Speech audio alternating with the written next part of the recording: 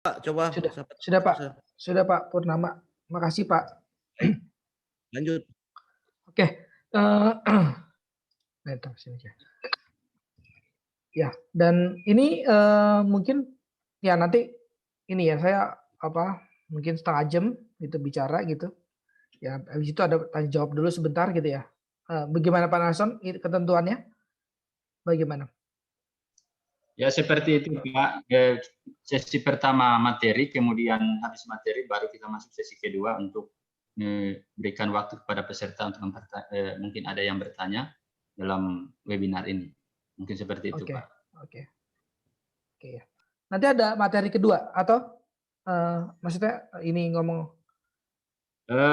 Untuk materinya di sesi pertama mhm, 20-30 menit, kemudian habis materi akan dipersilakan kepada peserta webinar untuk memberikan tanggapan maupun pertanyaan.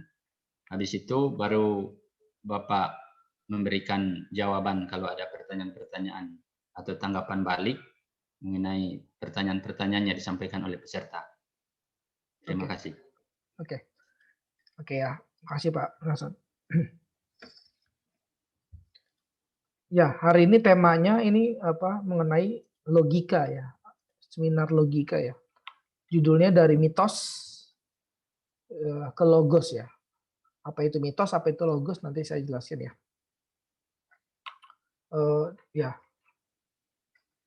saya akan berusaha juga apa, untuk sejelas mungkin gitu, tapi saudara juga apa, tolong ini apa, perhatikan, jadi kita bisa sama-sama menyambung. Dari mitos ke logos gitu. Ya, jadi orang-orang berpikir tuh, zaman zaman dulu sampai zaman sekarang ya, gitu. Ini ada orang-orang yang punya cara berpikir mitos gitu, tapi ada juga yang orang yang punya cara berpikir logos gitu. Apa sih gitu, orang-orang yang punya berpikir mitos gitu? Nah, itu adalah orang-orang yang hidupnya itu tanpa penjelasan ya sebenarnya. Hidupnya itu tanpa arah, tanpa penjelasan, tanpa tujuan, tanpa pengharapan, ya itu adalah orang-orang yang berpikir secara mitos ya. Nah, kalau di sini kan ini ya, kita lihat ya, ini kelogisan hubungannya dengan ini ya. Jadi kalau bicara mengenai logis gitu ya, jangan cuma dikaitkan dengan, ya kalau logis berarti punya otak yang kritis, terus otak yang kritis ya berarti otaknya pinter terus ya berarti hidupnya logis gitu. Bukan bukan itu doang ya, tapi banyak hal ya gitu. Orang kalau punya pikiran yang logis itu mempengaruhi banyak hal dalam hidupnya gitu ya. Ini saya ambil aja ya, ambil yang sederhana lah gitu ya ininya. Apa yang kita pikirkan itu ya menuju kepada apa yang boleh kita harapkan gitu ya. Jadi harapan-harapan kita itu tergantung dari apa yang kita pikirkan ya, tentunya ya. Pasti begitu ya. Nggak mungkin orang berpikirnya A, harapannya B, itu nggak mungkin ya. Maksudnya pasti dia juga akan berpikir A gitu ya. Jadi apa yang kita pikirkan itu menuju kepada apa yang boleh kita harapkan gitu ya. Nah, apa yang kita boleh harapkan ini gitu ya, yang menjadi harapan kita adalah yang akan mengisi hari-hari hidup kita gitu ya. Jadi hari-hari hidup kita ini sebenarnya ter ini ya, apa ya, terencana dari apa yang kita ini ya, boleh harapkan gitu ya.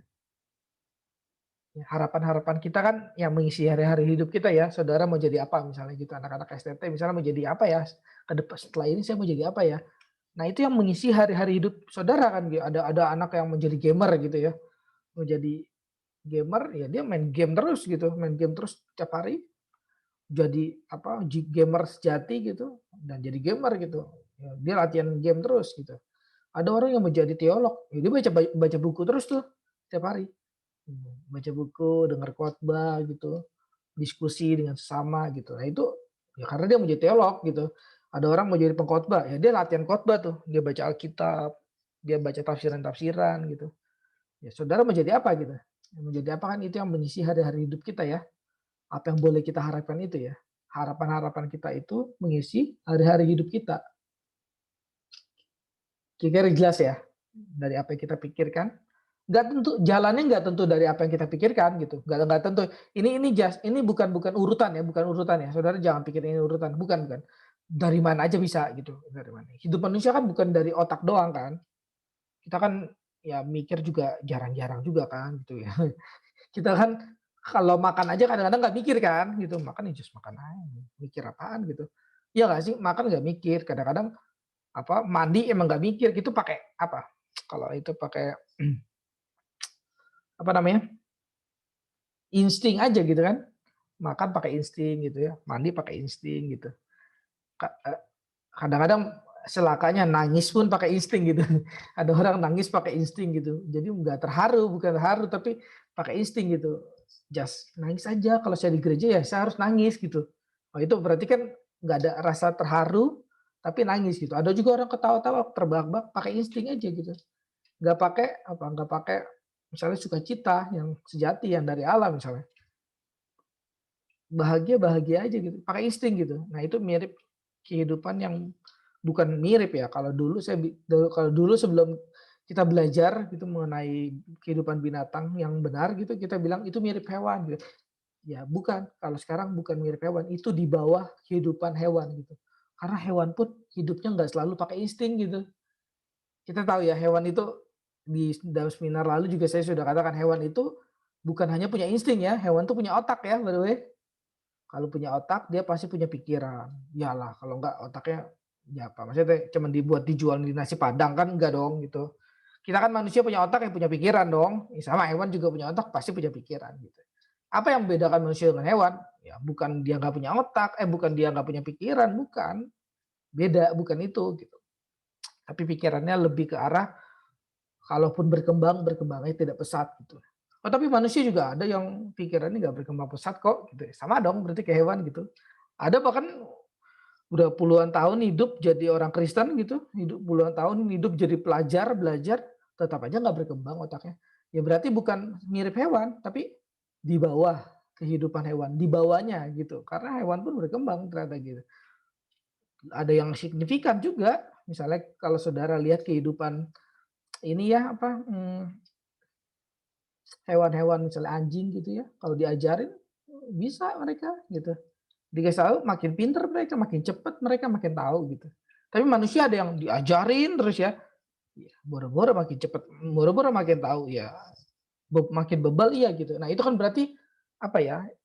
Ya kita perlu koreksi sendiri ya masing-masing yang nggak ada yang kebal ya manusia gitu ya. Ya itu berarti kehidupannya di bawah kehidupan hewan gitu ya.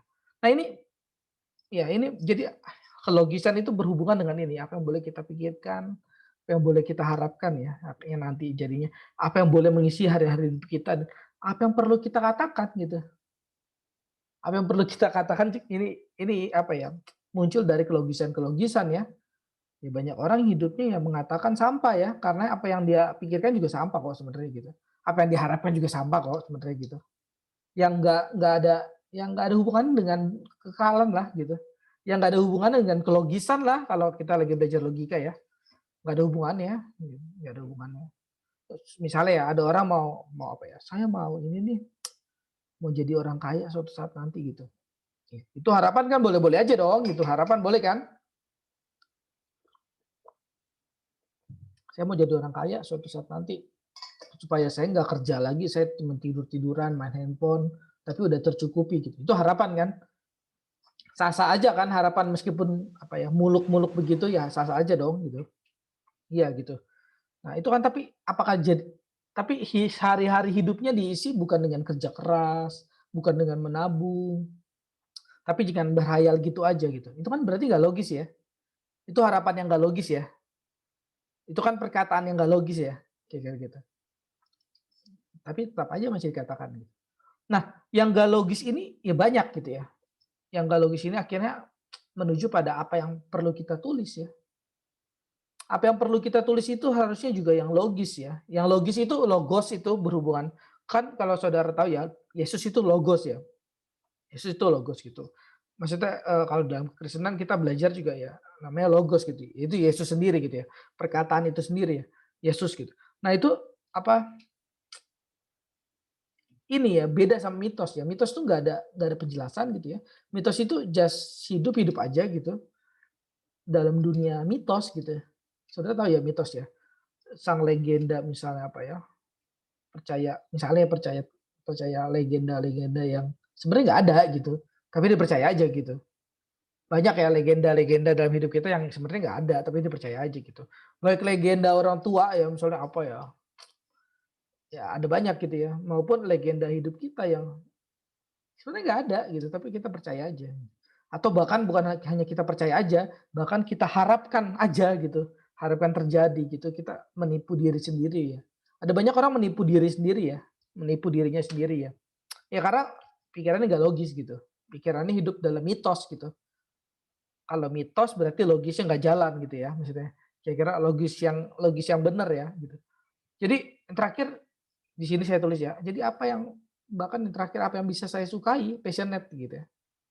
Apa yang saya hasratkan gitu, desire gitu. Apa yang menjadi passion hidup kita ya.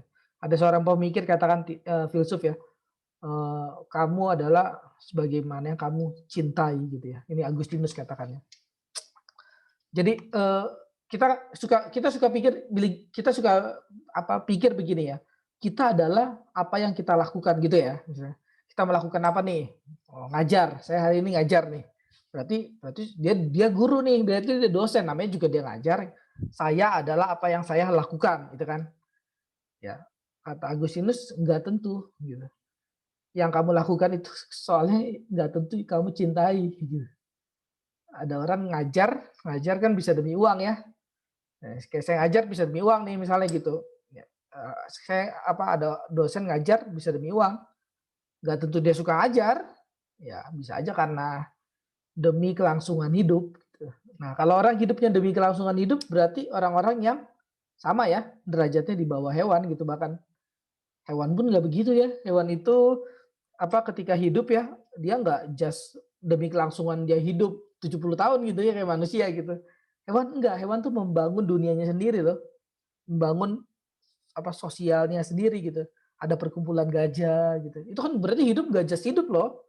Ini kenapa ya saya bandingin sama hewan ya karena ini manusia suka nggak sadar bahwa kadang-kadang hari-hari hidupnya itu di bawah hewan gitu. Saudara juga nggak perlu hina hewan ya gitu. Hewan itu ciptaan Tuhan gitu ya. Hewan itu juga ini ya maksudnya ciptaan Tuhan yang dikasihi Tuhan gitu. Kita nggak perlu hina hewan juga gitu. Tapi seharusnya derajat manusia itu lebih tinggi dari hewan gitu.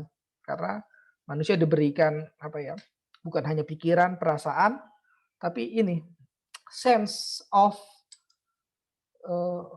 divinitas gitu. Sense of divinity. Perasaan takut akan Allah gitu. Ini yang nggak dipunyai hewan gitu ya. Perasaan takut akan Allah gitu. Perenungan akan Allah itu nggak dipunyai hewan gitu. Meskipun dia punya dalam taraf tertentu ya, tapi pastinya loh. Dia juga kan berhadapan dengan Sang Pencipta itu sendiri dong pasti. Tapi cara berada manusia di hadapan Tuhan itu yang nggak dipunyai hewan gitu ya. Tuhan itu bisa mengubah hidupnya gitu. Kalau hewan itu mekanikal gitu ya. Mekanikal memang udah diciptakan di sana seperti itu dan ya udah ditentukan Tuhan seperti itu, hewan akan terus seperti itu gitu. Positifnya mereka adalah makhluk yang begitu taat gitu ya. Makhluk yang begitu taat.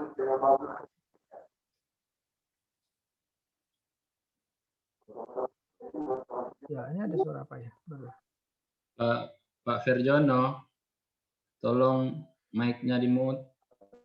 Oh, atau ini aja. Oh.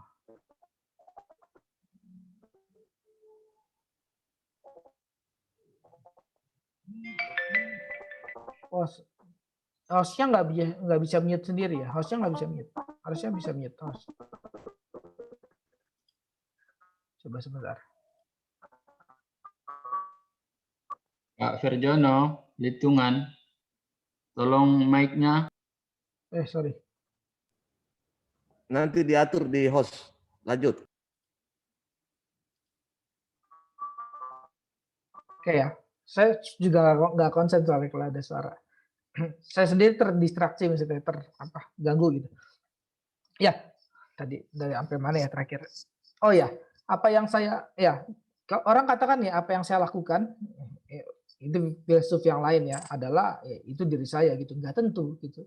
Apa yang saya lakukan nggak tentu diri saya, tapi apa yang saya cintai, ya, apa yang saya passion gitu ya. Kalau kata Agustinus nih ya, itu adalah diri saya justru gitu ya.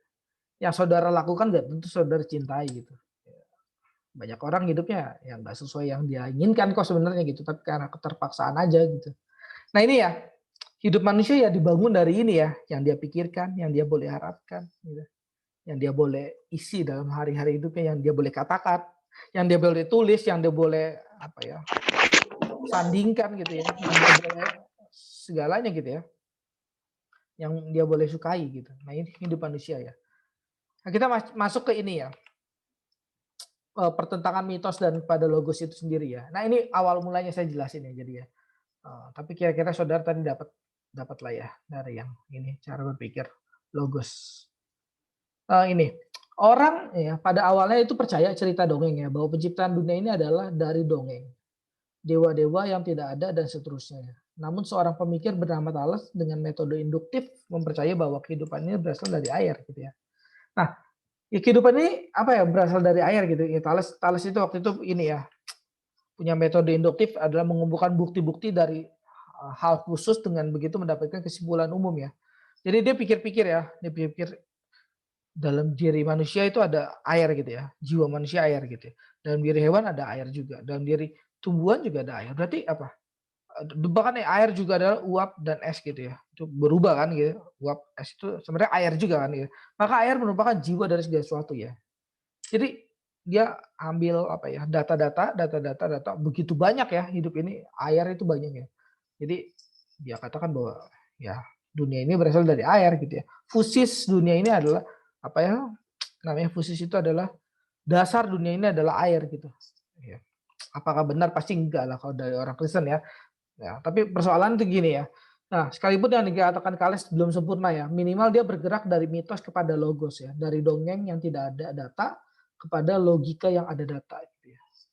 Jadi orang tuh dulu percaya, ya ini dunia ini dari siapa? Ya, dari apa?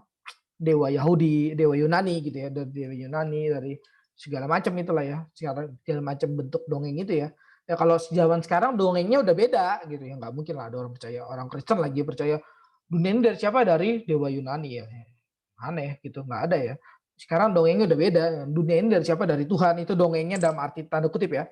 Tanda kutip ya. Saudara hati-hati ya mengertinya. Dalam arti apa? Ya itu dunianya dari mana sih? Ya itu diciptakan Tuhan menurut Kejadian 1 ayat 1. Lu percaya? Ya gue mau percaya aja apa kata Alkitab, gue percaya gitu. Maksudnya gimana? Ya gue nggak ngerti lah pokoknya. Nggak perlu pakai alasan, gue nggak ngerti juga nggak kenapa-napa. Yang penting pokoknya tahu lah dunia ini dari Tuhan gitu. Nah itu sebenarnya sama kayak orang yang percaya mitos gitu. Karena nggak ada data. Paham ya? Paham nggak? Meskipun dia percaya bahwa dunia ini berasal dari Tuhan gitu, tapi nggak ada data gitu. Ada dari Alkitab Pak, yang mana Kejadian 1 ayat 1? Iya, terus maksudnya? Ya gue nggak tahu maksudnya gimana, pokoknya dari Tuhan aja pokoknya gitu. Kejadian 1 ayat 1 aja gitu. Nggak ada eksposisinya juga Kejadian 1 ayat 1, pokoknya ya taunya begitu, dari dulu saya taunya begitu Pak gitu. Itu namanya orang yang percaya mitos, bukan percaya logos gitu. Itu namanya orang yang berpikir secara mitos gitu, bukan logos gitu. Meskipun jawabannya benar gitu, tapi jalan menuju jawabannya salah gitu. Yesus itu kan bukan hanya akhir ya di final, Yesus itu jalan ya, jalan hidup dan kebenaran, jalan ya. Saudara harus berjalan ya. Nah jadi orang yang berpikir logos itu punya alasan ya, punya cara berpikir, punya perspektif, punya apa ya, semua runtut ya sampai dia ke sana gitu ya. Beda dengan orang yang nggak ada ini, nggak logis pikirannya gitu ya. Pokoknya tiba-tiba ke sini aja gitu. Paham ya? Itu bedanya gitu ya. Nah, Thales ya salah karena tidak paham falsifikasi ya. Ada namanya falsifikasi ya. Ini ya zaman dulu ya, nggak apa-apa lah kita iniin. Tapi zaman sekarang juga nggak begitu modern amat kok dibanding zaman dulu. Saudara ya, saya mengajar apa filsafat kan ya di 3 STT ya. Ya termasuk logika ya. Logika kan bagian dari filsafat ya.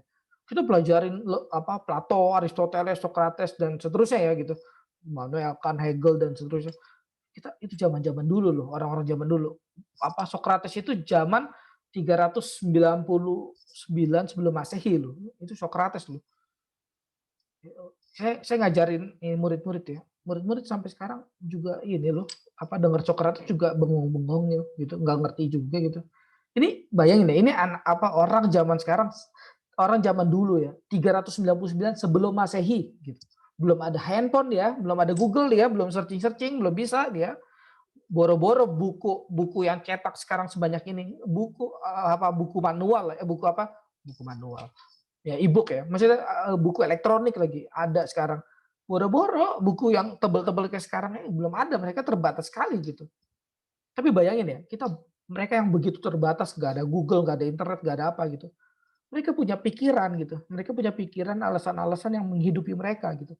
Sampai bahkan ketika kita sekarang ini ya berjalan mempelajari mereka pun kita masih sulit mengerti gitu. Karena mungkin hari-hari hidup kita tidak diisi dengan berpikir gitu. Ya, karena kita terlalu banyak hidup dalam mitos gitu ya. Hidup dalam mitos ya artinya sederhana ya, sebenarnya nggak ada pikiran ya, nggak logis gitu. Apa yang saudara hidup ini nggak sangat nggak logis gitu. Makanya saya bawain ini ya seminar ini saya terbeban gitu ya. Karena banyak orang hidupnya nggak logis gitu. Nggak logis tuh berhubungan dengan apa sih? Nggak ada alasan di belakangnya gitu. Misalnya saudara ikut seminar hari ini gitu ya. Kenapa saudara ikut seminar hari ini gitu? Ada banyak orang yang punya alasan gitu ya. Kita nggak bisa generalisasi semua orang. Nanti di sini ada ya dalam logika mungkin dalam sesi 2 ya. Itu harus ada kelulusan dan kelurusan berpikir gitu ya. Nggak boleh hakimi semua orang sama. Gitu. Itu namanya nggak lurus ya. Kembali seperti semula. Teman-teman yang sudah lama.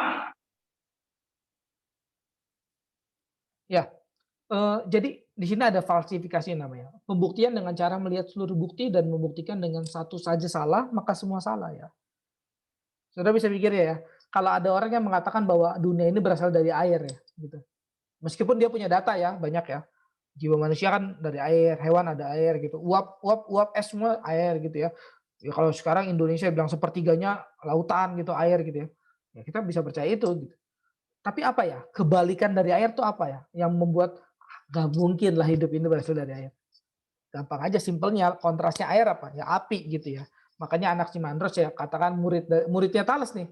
Saudara jadi yang murid ya bisa membantah guru saudara gitu asal punya alasan gitu ya. Ini mah banyak murid ya mau coba bantah gurunya nggak ada alasan gitu. Nah, itu salah ya gitu. Itu orang yang mitos gitu ya. Tapi kebalikannya juga ada ya orang yang iya terus terhadap gurunya gitu ya. Jadi kalau kata Aristoteles, kalau saudara menganggap semua orang itu adalah guru saudara gitu ya, sebenarnya saudara tuh nggak pernah punya guru gitu. Karena kalau anggap semuanya guru saudara gitu, bagaimana mungkin semua orang adalah guru kita gitu? Padahal semua orang aja tidak saling bersetuju gitu, saling bertentangan. Kok bisa saudara terima semua gitu? Berarti saudara nggak punya guru sama sekali. Tapi kebalikan juga ada ya, orang yang dikit-dikit protes banyak gitu, tapi nggak ada alasan. Nah itu juga sama ya, orang yang sebenarnya agak-agak kurang waras gitu hidupnya. Nah ini lawannya adalah air adalah api ya. Ini muridnya sendiri jawab ya. Dasar dunia ini bukan air tapi api gitu. Maksudnya api bukan api fisik ya tapi nah ini api ini harus ditafsirkan lagi ya. Namanya tuh aperion dalam bahasa Indonesia artinya tanpa batas ya, ilahi, abadi dan terubahkan. Jadi kita masuk ini ya. Saya rasa juga saya udah mau habis waktunya ya. Jadi saya lanjut cepetin dikit ya. Tegangan logika dan emosi. Kita masuk dalam tegangan logika dan emosi. Ya, setelah kita udah berpikir mitos, logos, ada alasan, tidak ada alasan, logis, berpikir tidak logis, dihidupi dan tidak dihidupi ya. Termasuk ya, orang dalam hidupnya dalam mitos itu yang nggak pernah menghidupi perkataan, itu namanya mitos ya. Yang saudara katakan yang tidak saudara hidupi itu kan namanya mitos gitu ya.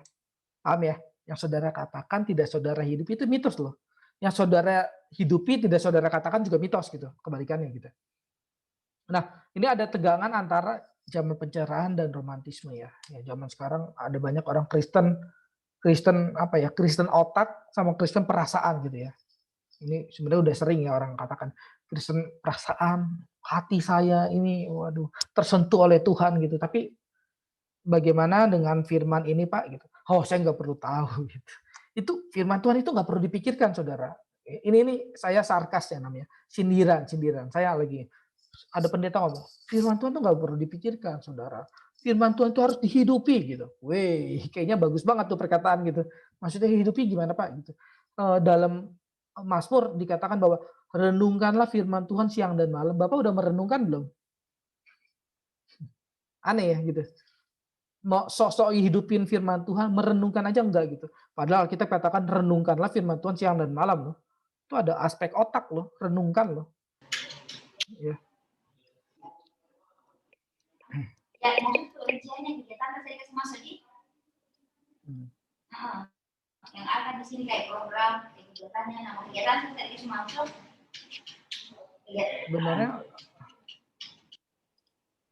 kok bisa tiba-tiba kebuka ya, Mika? Saya juga bingung. Ya, Kristen perasaan dan Kristen otak. Orang kalau sudah merasa berotak, males berasa gitu ya. Kalau udah merasa berotak, otaknya pinter gitu, males dia ngerasa lagi, baper lu, pakai otak dong gitu. Nah, ini kebalikannya ya. Tapi ada dikit-dikit merasa nggak pakai otak lagi, ada yang dikit-dikit yang berotak nggak pakai merasa lagi. Ini kebalikannya ya, kebalikannya banyak ya. Baper lu pakai otak dong gitu. Atau misalnya yang satu lagi tadi baper, jangan baper, pakai otak. Ya, berarti yang nonjol adalah otaknya kan.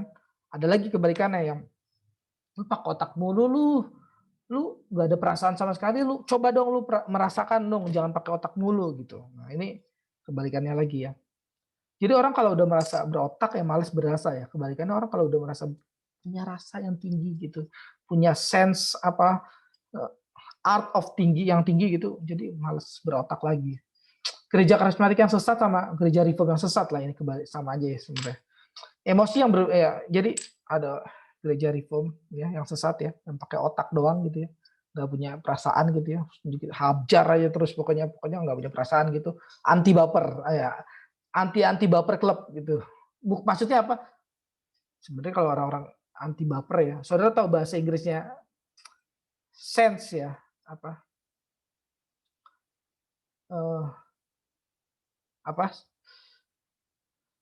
Saya lupa lagi. Oh ya, saudara tahu bahasa Inggrisnya perasaan ya, anti baper klub gitu ya, anti baper klub, pakai otak jangan pakai baper. Saudara tahu bahasa Inggrisnya apa? Perasaan ya, perasaan itu kan sense ya, sense of humility gitu ya. Ya, nih sense itu kan perasaan ya, sense. Nah orang yang nggak punya sense apa berarti? Ya berarti ini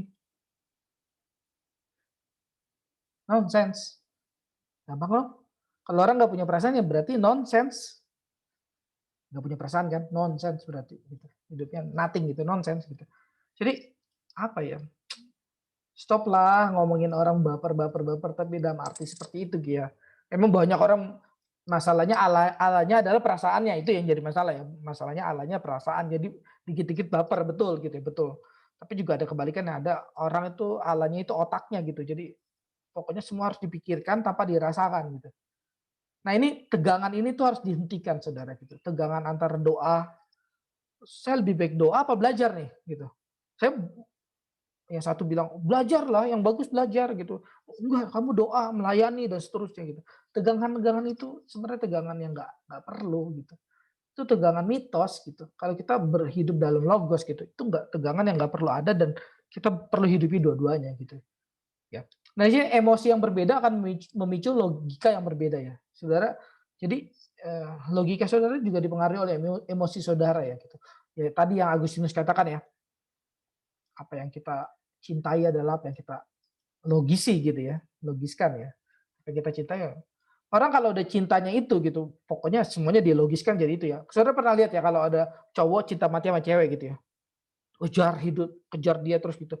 Ini nggak mungkin loh kamu bisa menikah dengan dia. Nggak, pokoknya logisnya diarahkan ke dia gitu. Nggak mungkin gitu. Misalnya ini kamu nggak mungkin bisa nikah sama dia. Nggak, pokoknya saya suka sama dia. Apapun yang terjadi, mau kawin lari, mau kawin apa kayak, kawin nungging kayak, pokoknya saya bukan sama dia gitu.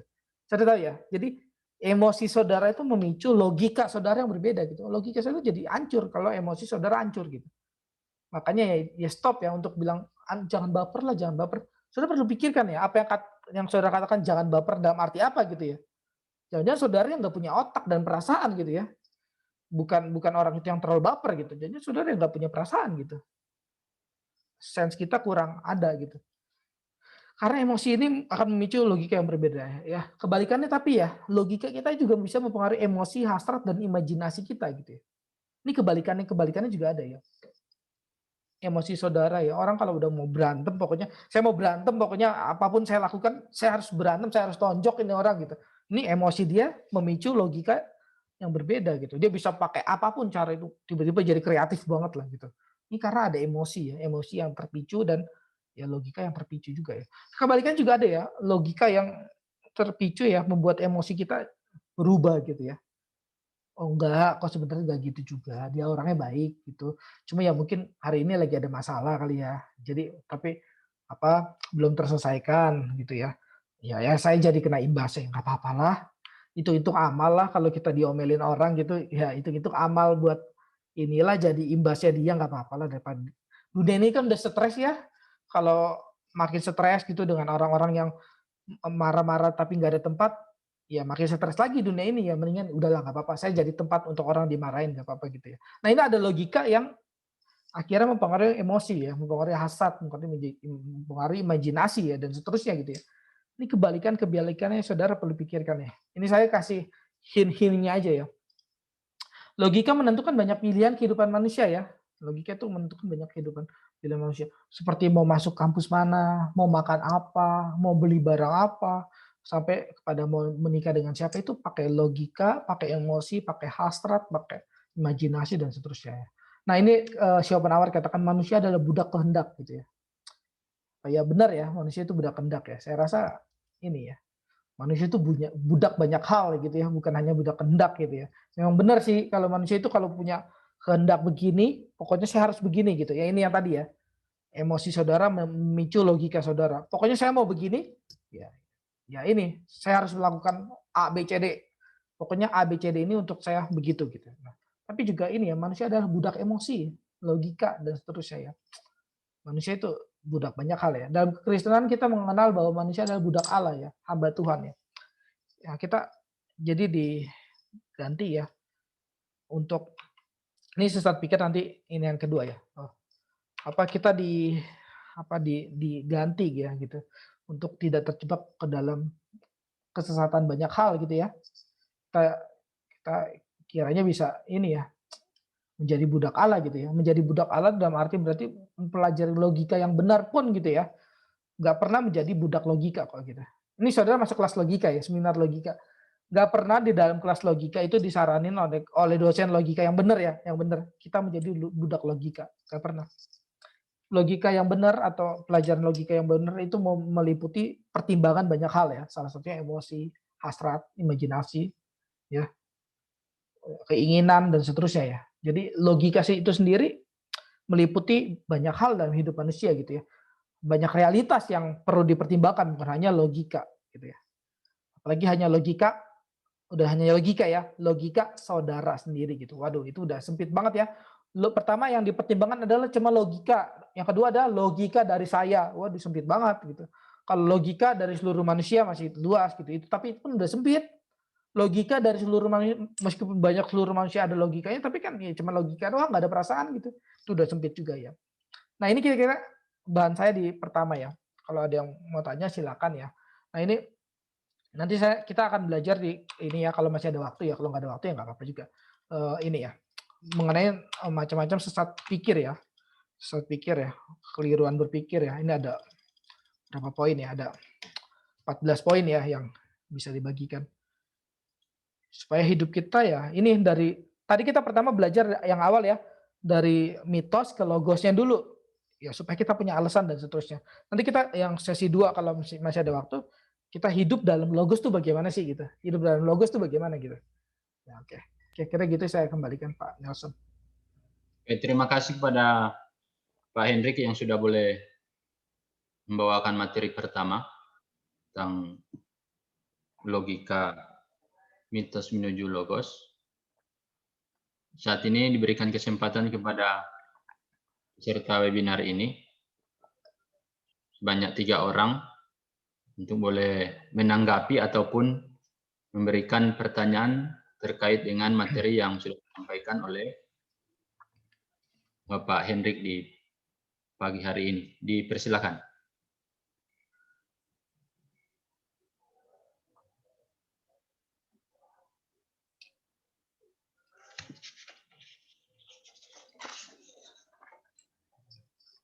Ya, mungkin ada dari peserta yang bisa memberikan tanggapan ataupun pertanyaan berkaitan dengan materi yang sudah disampaikan oleh Bapak Henry di pagi hari ini. Dipersilakan.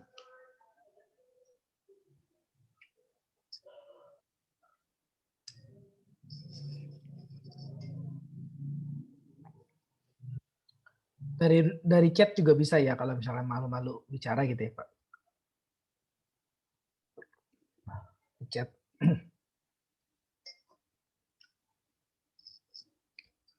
Untuk pertanyaan yang kurang jelas barusan gitu saya ngomong kurang jelas. Silakan kalau ada yang mau tanyakan.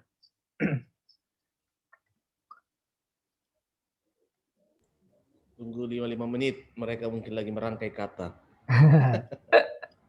Oke, kita tunggu rangkaian katanya.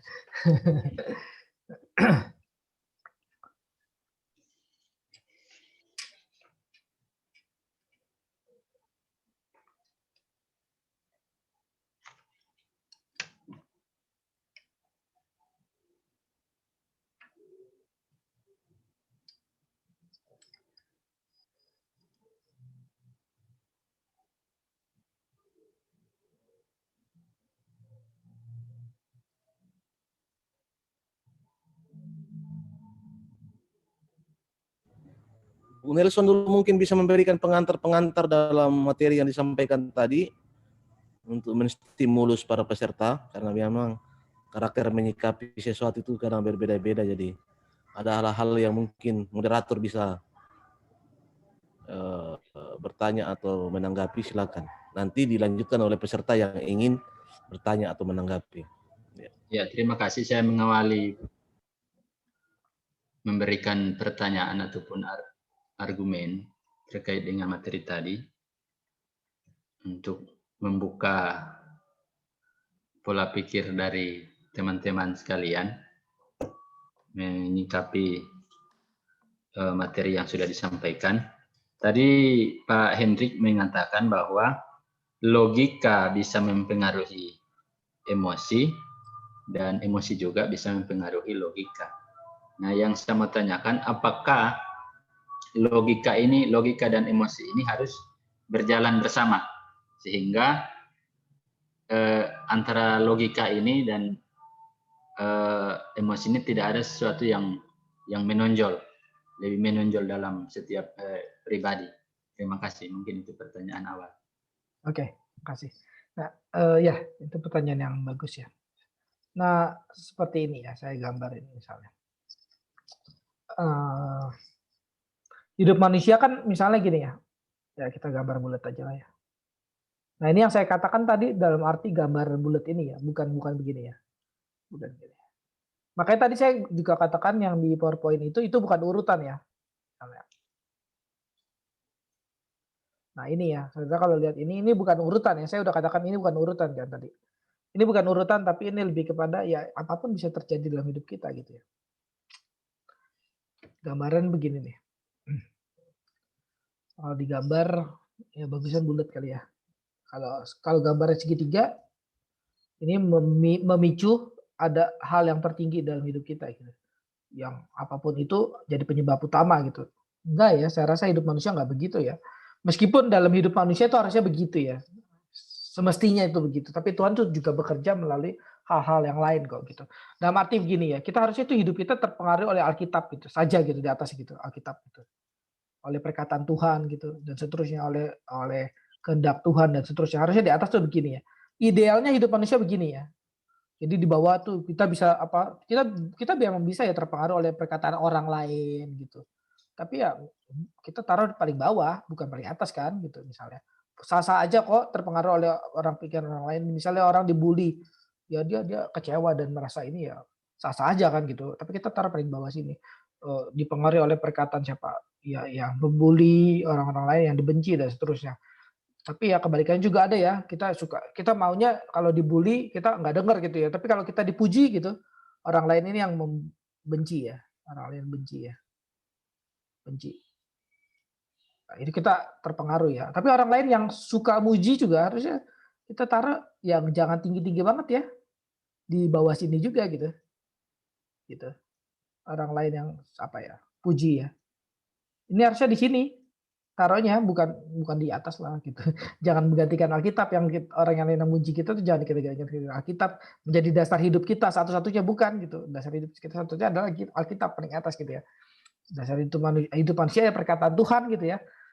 Kelogisan itu sendiri gitu ya perkataan Tuhan. Kalau misal ini kelogisan itu kan yang dimaksud bukan cuma ya berpikir logis ya, berpikir logis dalam arti apa ya, matematika ada kelogisan, bukan gitu ya, tapi logis dalam arti yang saudara katakan juga saudara hidupi gitu ya. Yang selayaknya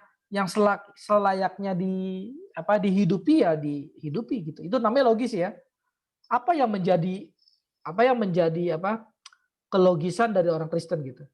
Ya menjalankan perkataan Alkitab itu. Itu kan logis ya namanya. Logis gitu. Nah, di dua ya orang lain ini. Di sini orang tua mungkin. Di sini terus di atas siapa lagi? Di sini mungkin guru kita bisa debatable ya antara di atas apa ini orang tua bla bla bla bla bla siapa gitu sampai Alkitab di atas. Nah, tapi sebenarnya ini ideal hidup manusia itu begitu ya. Tapi kan kita nggak begitu masalahnya. Kita tuh bergeraknya kadang-kadang begini gitu ya. Kita bisa terpengaruh dengan orang lain yang membenci kita gitu, dan bisa aja Tuhan pakai loh orang-orang yang membenci kita untuk mengatakan sesuatu yang sebenarnya benar gitu. Kita sebenarnya benar, tapi kita karena kita benci kita nggak suka gitu. Tapi sebenarnya benar loh yang dia katakan gitu, misalnya gitu. Ada juga orang yang suka kita gitu, ya sebenarnya benar gitu. Nah tapi ini makanya saya nggak taruh di urutan-urutan gini gitu. Jadi antara logika, emosi dan seterusnya itu harusnya ditumplakin di sini emang gitu. Bukan di sini gitu, bukan logika paling mana, logika paling atas, emosi paling bawah gitu. Bukan gitu ya. Itu nanti masuk ke yang tadi. Orang yang anti baper klub gitu. Anti baper klub gitu. Tapi yang nggak punya perasaan sih sebenarnya, bukan anti baper klub gitu. Beda ya antara orang yang benar-benar baper gitu sama orang yang nggak punya perasaan gitu. Itu beda ya. Sama orang yang nggak punya logika itu beda. Jadi yang mana yang harus lebih tinggi? Ya seharusnya semuanya itu mempengaruhi gitu ya. Semuanya itu harus mempengaruhi cara hidup manusia, cara berpikir manusia, cara kerja manusia, cara mencintai manusia gitu. Pengorbanan manusia itu kita kalau berkorban ya itu harusnya dipengaruhi oleh emosi dan logika kita loh, bukan hanya cuma emosi gitu. Ada orang emosi mulu pakai pengorbanan emosi, tapi ada juga yang logis gitu. Kayaknya orang ini gak perlu ditolong deh. Kenapa? Dia udah kaya gitu misalnya. Ini just logis aja gitu. Orang ini gak perlu ditolong apa? Kayaknya dia lebih susahan saya hidupnya daripada dia gitu. Just logis aja dia udah gak bisa lihat lagi pakai perasaan lagi gitu ya. Dia meskipun orang kaya ya, orang ini perlu ditolong loh. Kenapa misalnya gitu? Dia lagi butuh banget nih. Gitu. Kayaan kan bukan hanya maksudnya orang nolong kan bukan hanya uang gitu ya. Saya kan ngajar gitar juga ya, salah satunya kita di dalam saya ngajar gitar di sekolah Jakarta ya, sekolah yang Patong ya, yang di SKC. Terus kita kan ya itu namanya kalau udah sekolah ini SKC gitu ya, kadang-kadang sekolah Patong kan sudah tahu ya, maksudnya ada banyak ya pengajaran yang di sana yang reform ditekankan, matematika tanda kutip ya, reform gitu maksudnya. Dalam arti belajar matematika bukan hanya untuk belajar matematika itu sendiri, tapi belajar untuk mengenal Allah gitu. Itu reform gitu biasanya kan. Bahasa Indonesia juga bukan itu, tapi untuk mengenal Allah dan seterusnya. Bahkan ada pelajaran filsafat loh, SMP SMA di sana gitu ya. Nah terus kita dalam kelas gitar ya, ini kelas gitar saya sama juga ditekankan untuk ini belajar gitar untuk kemuliaan nama Allah, melayani Allah dan seterusnya gitu. Ya, terus saya tanya kepada saya tanya kepada murid gitu yang berdoa gitu. Tuhan, kiranya kau berkati hari ini pelajaran gitar biar kami bisa memuliakan nama Allah. Maksudnya apa memuliakan nama Allah gitu? Ya salah satunya ini ya, salah satunya kita punya kepekaan untuk berbagi gitu ya. Berbagi itu kan bukan cuma uang ya. Berbagi itu bukan cuma uang, bukan cuma apalah gitu yang saudara sering bagi itu. Tapi berbagi itu termasuk keahlian kita ya. Keahlian kita itu bisa kita bagikan ya. Gitar itu bisa saudara bagikan gitu ya pada orang-orang yang membutuhkan gitu misalnya. Ini keahlian gitar aja gitu sebenarnya yang dianggap orang mungkin duniawi gitu, gitar doang gitu. Tapi itu bisa memuliakan nama Tuhan dengan cara saudara peka gitu. Saudara punya emosi yang disucikan gitu. Emosi peka itu ya, punya emosi yang disucikan ya. Kebalikannya adalah orang yang nggak punya emosi gitu ya. Nggak ada kepekaan dalam hidupnya gitu ya. Tapi bukan hanya peka, punya logis gitu ya. Nah, seterusnya ya. Jadi yang mana ya harus dimasukin dirangkum semua ini gitu. Jangan di atas bawah gitu ya. kira-kira gitu ya. Terima kasih untuk penjelasannya. Persilakan mungkin ada peserta lain yang mau menanggapi ataupun memberikan pertanyaan. Persilakan.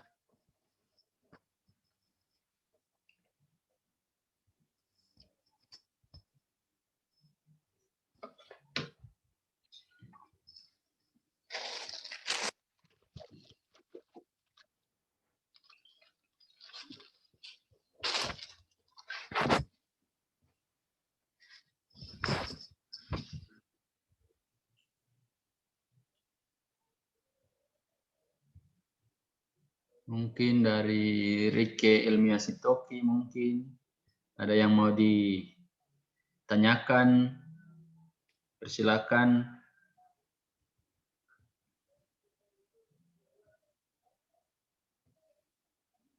Atau mungkin dari Freddy Sosinggi mungkin ada yang mau ditanyakan.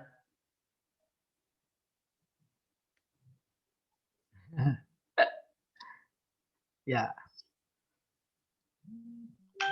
Salah satunya orang belajar ya harusnya bertanya. Cuma kadang-kadang kita nggak ada pertanyaan yang mungkin apa ya, kurang belajar gitu biasanya, kebalikannya. Cuma gini ya, saudara mungkin misalnya, saya nggak bisa nanya kenapa karena kesusahan gitu ya. Susahan yang mana yang susah gitu, saudara silakan tanya yang susah yang mana gitu misalnya. Kadang-kadang saya suka ketemu alasan begitu ya, "Pak, tadi kesusahan Pak bahannya gitu, saya nggak bisa nanya." Yang mana yang susah silakan tanya aja gitu. Kan saudara gini ya, nggak ngerti itu satu hal loh, nggak ngerti itu satu hal, ada kita banyak nggak ngerti lah gitu. Saya juga banyak yang nggak ngerti gitu, itu satu hal tuh. Tapi nggak mau ngerti itu banyak hal gitu. Nggak ngerti satu hal, saya yang tadi saudara sampaikan nggak ngerti saya gitu. Nah, itu satu hal. Tapi yang saudara nggak mau ngerti itu banyak hal, kira-kira gitu ya. Kalau ada yang saudara susah ya tanyakan. Tapi kalau ya udah dirasa jelas semua ya nggak perlu tanya sebenarnya. Dari Ibu Inambura mungkin ada yang mau ditanyakan.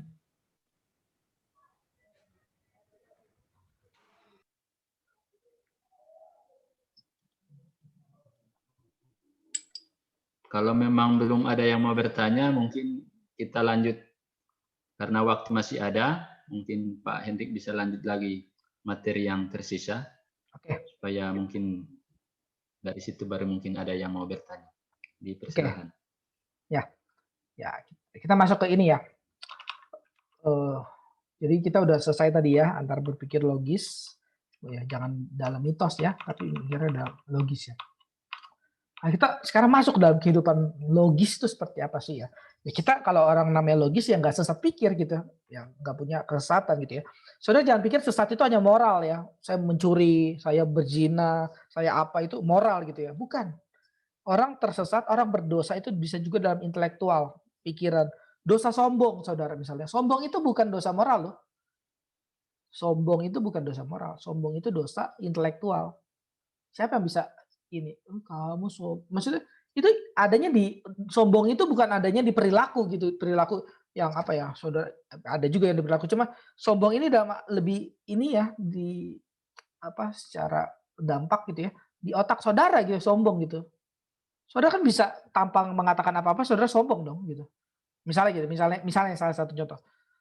Saya udah tahu apa yang semua dikatakan, tapi diem aja gitu. Itu kan sombong tapi nggak usah ngomong apa-apa bisa gitu. Itu adanya di intelektual aja gitu, bukan di melakukan. Saya udah tahu apa yang kamu katakan. Nah, itu bisa juga ya, tapi itu cara moral kan. Cara moral, tapi ada juga diem juga udah bisa sombong gitu. Nah, itu adanya di sini otak ini, di intelektual ini gitu. Di emosi saudara dan seterusnya itu ada gitu. Ini namanya intelektual, dosa intelektual gitu ya. Ya kita semoga ya setelah belajar ini gitu bisa lulus, bisa lulus ya berjalan gitu ya dalam hal itu gitu ya. Ya jangan sampai kita masih melakukan dosa-dosa intelektual ini gitu ya.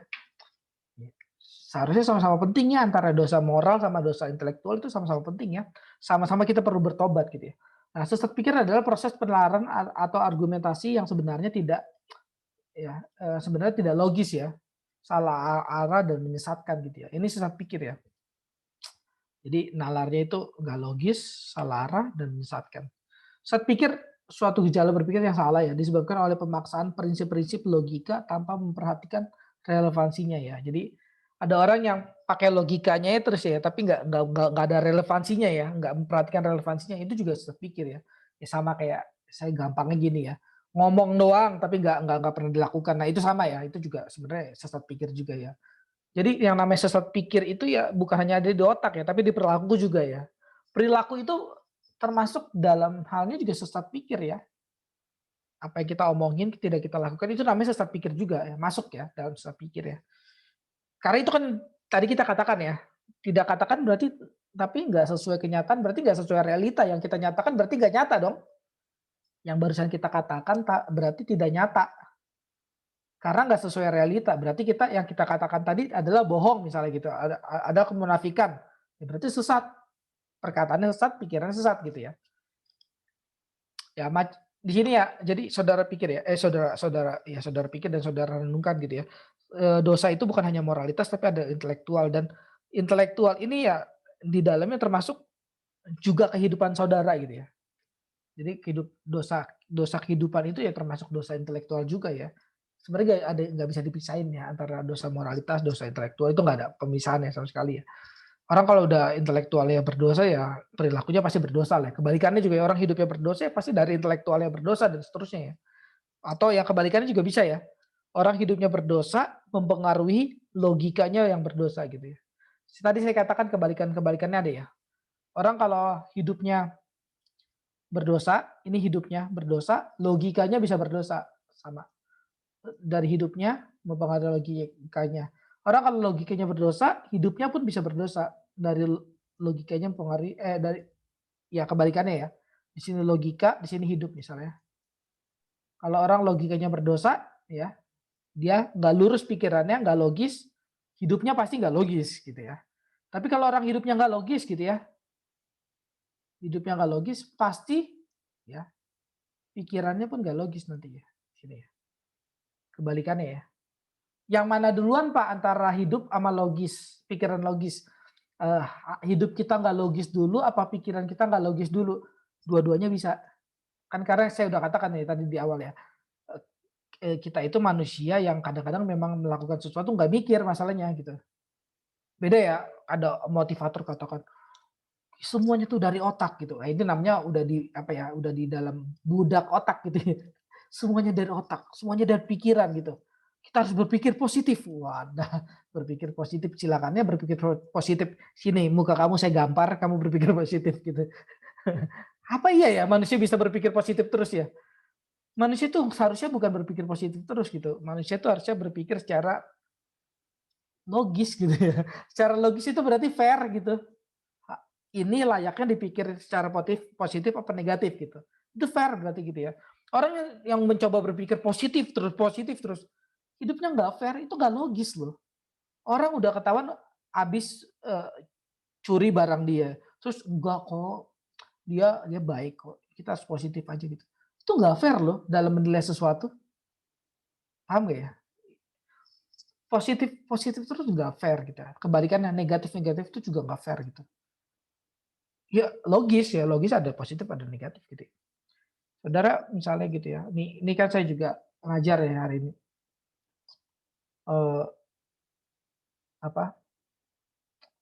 Semalam begadang gitu ya. Semalam saya habis begadang gitu pagi sampai jam berapa? Jam 4, jam 5, setengah 6 kalau salah saya. Setengah 6 saya tidur, setengah 6 gitu ya. Terus setengah 6 saya tidur, saya sudah tahu, saya juga sadar bahwa nanti seminar ada jam 9 saya ada seminar. Ini WIB. Saya tidur setengah 6, jam 9 saya ada seminar. Saya tahu gitu ya. Terus saya diajarin untuk berpikir positif misalnya gitu. Positif aja, nanti tenang aja, nanti nggak akan ngantuk kok. Positif aja positif. Ya enggak lah ya gitu. Itu nggak logis, itu nggak fair gitu ya. Udah ketahuan saya tidur setengah 6 tadi ya, setengah 6 pagi, bangun jam 8 gitu ya, jam setengah 9, terus persiapan seminar baru 2 jam tidur, ya pasti ngantuk lah gitu. Itu logis dong namanya gitu. Itu bukan berpikir tidak positif gitu ya. Itu bukan kamu kurang semangat, kamu kurang apa? Kamu kurang positif kamu. Enggak dong. Itu hidup fair dong namanya gitu. Saudara ya, maksudnya yang di STT gitu, anak STT yang enggak belajar setiap hari gitu. Enggak belajar, pokoknya kejar nilai aja, cuman ya kejar kalau dosen ini di Zoom, apalagi sekarang kan di Zoom ya, ya udah matiin aja kameranya kan juga dimatiin. Ya saya tinggal kemana kayak pergi kayak masak kayak atau apa gitu ya. Terus mengharapkan ya tiba-tiba dia nanti khotbah jadi bagus gitu. Atau mengharapkan dia pinter otaknya. Nggak fair loh itu hidupnya. Itu nggak fair, saudara nggak usah positif kayak gitu. Ya saudara pasti bego lah. Nggak, yang aman gitu kan, yang lebih logis gitu dong gitu. Saudara nggak pernah memperhatikan dosen menjelaskan gitu ya. Saudara nggak pernah baca buku, saudara nggak pernah menggali potensi saudara nggak pernah berpikir kritis gitu. Pasti saudara jadi bego lah gitu. Masa saudara tiba-tiba jadi pinter gitu. Positif aja, saya pasti bisa, saya pintar. Dengan kekuatan Allah, walah, ini kekuatan Allah macam apa gitu. Allah nggak diperbudak seperti itu saudara dengan saudara gitu. Ini namanya berpikir logis ya. Maksudnya berpikir logis tuh itu ya. Saya bukan lagi deketin yang logis dalam arti apa ya? Budak logis ya, budak logika ya, bukan itu ya. Saya nggak lagi ngomongin itu sama sekali ya. Ini logis dalam arti yang tadi saya jelaskan capek-capek ya, saya jelaskan ya. Harap bisa dimengerti logis dalam arti itu. Ya tapi kalau nggak ngerti silakan tanya aja ya gitu. Makanya saya katakan tadi nggak ngerti itu satu hal gitu ya. Saya kecepatan ngomongnya, saudara apa sih saya nggak nangkep itu satu hal gitu.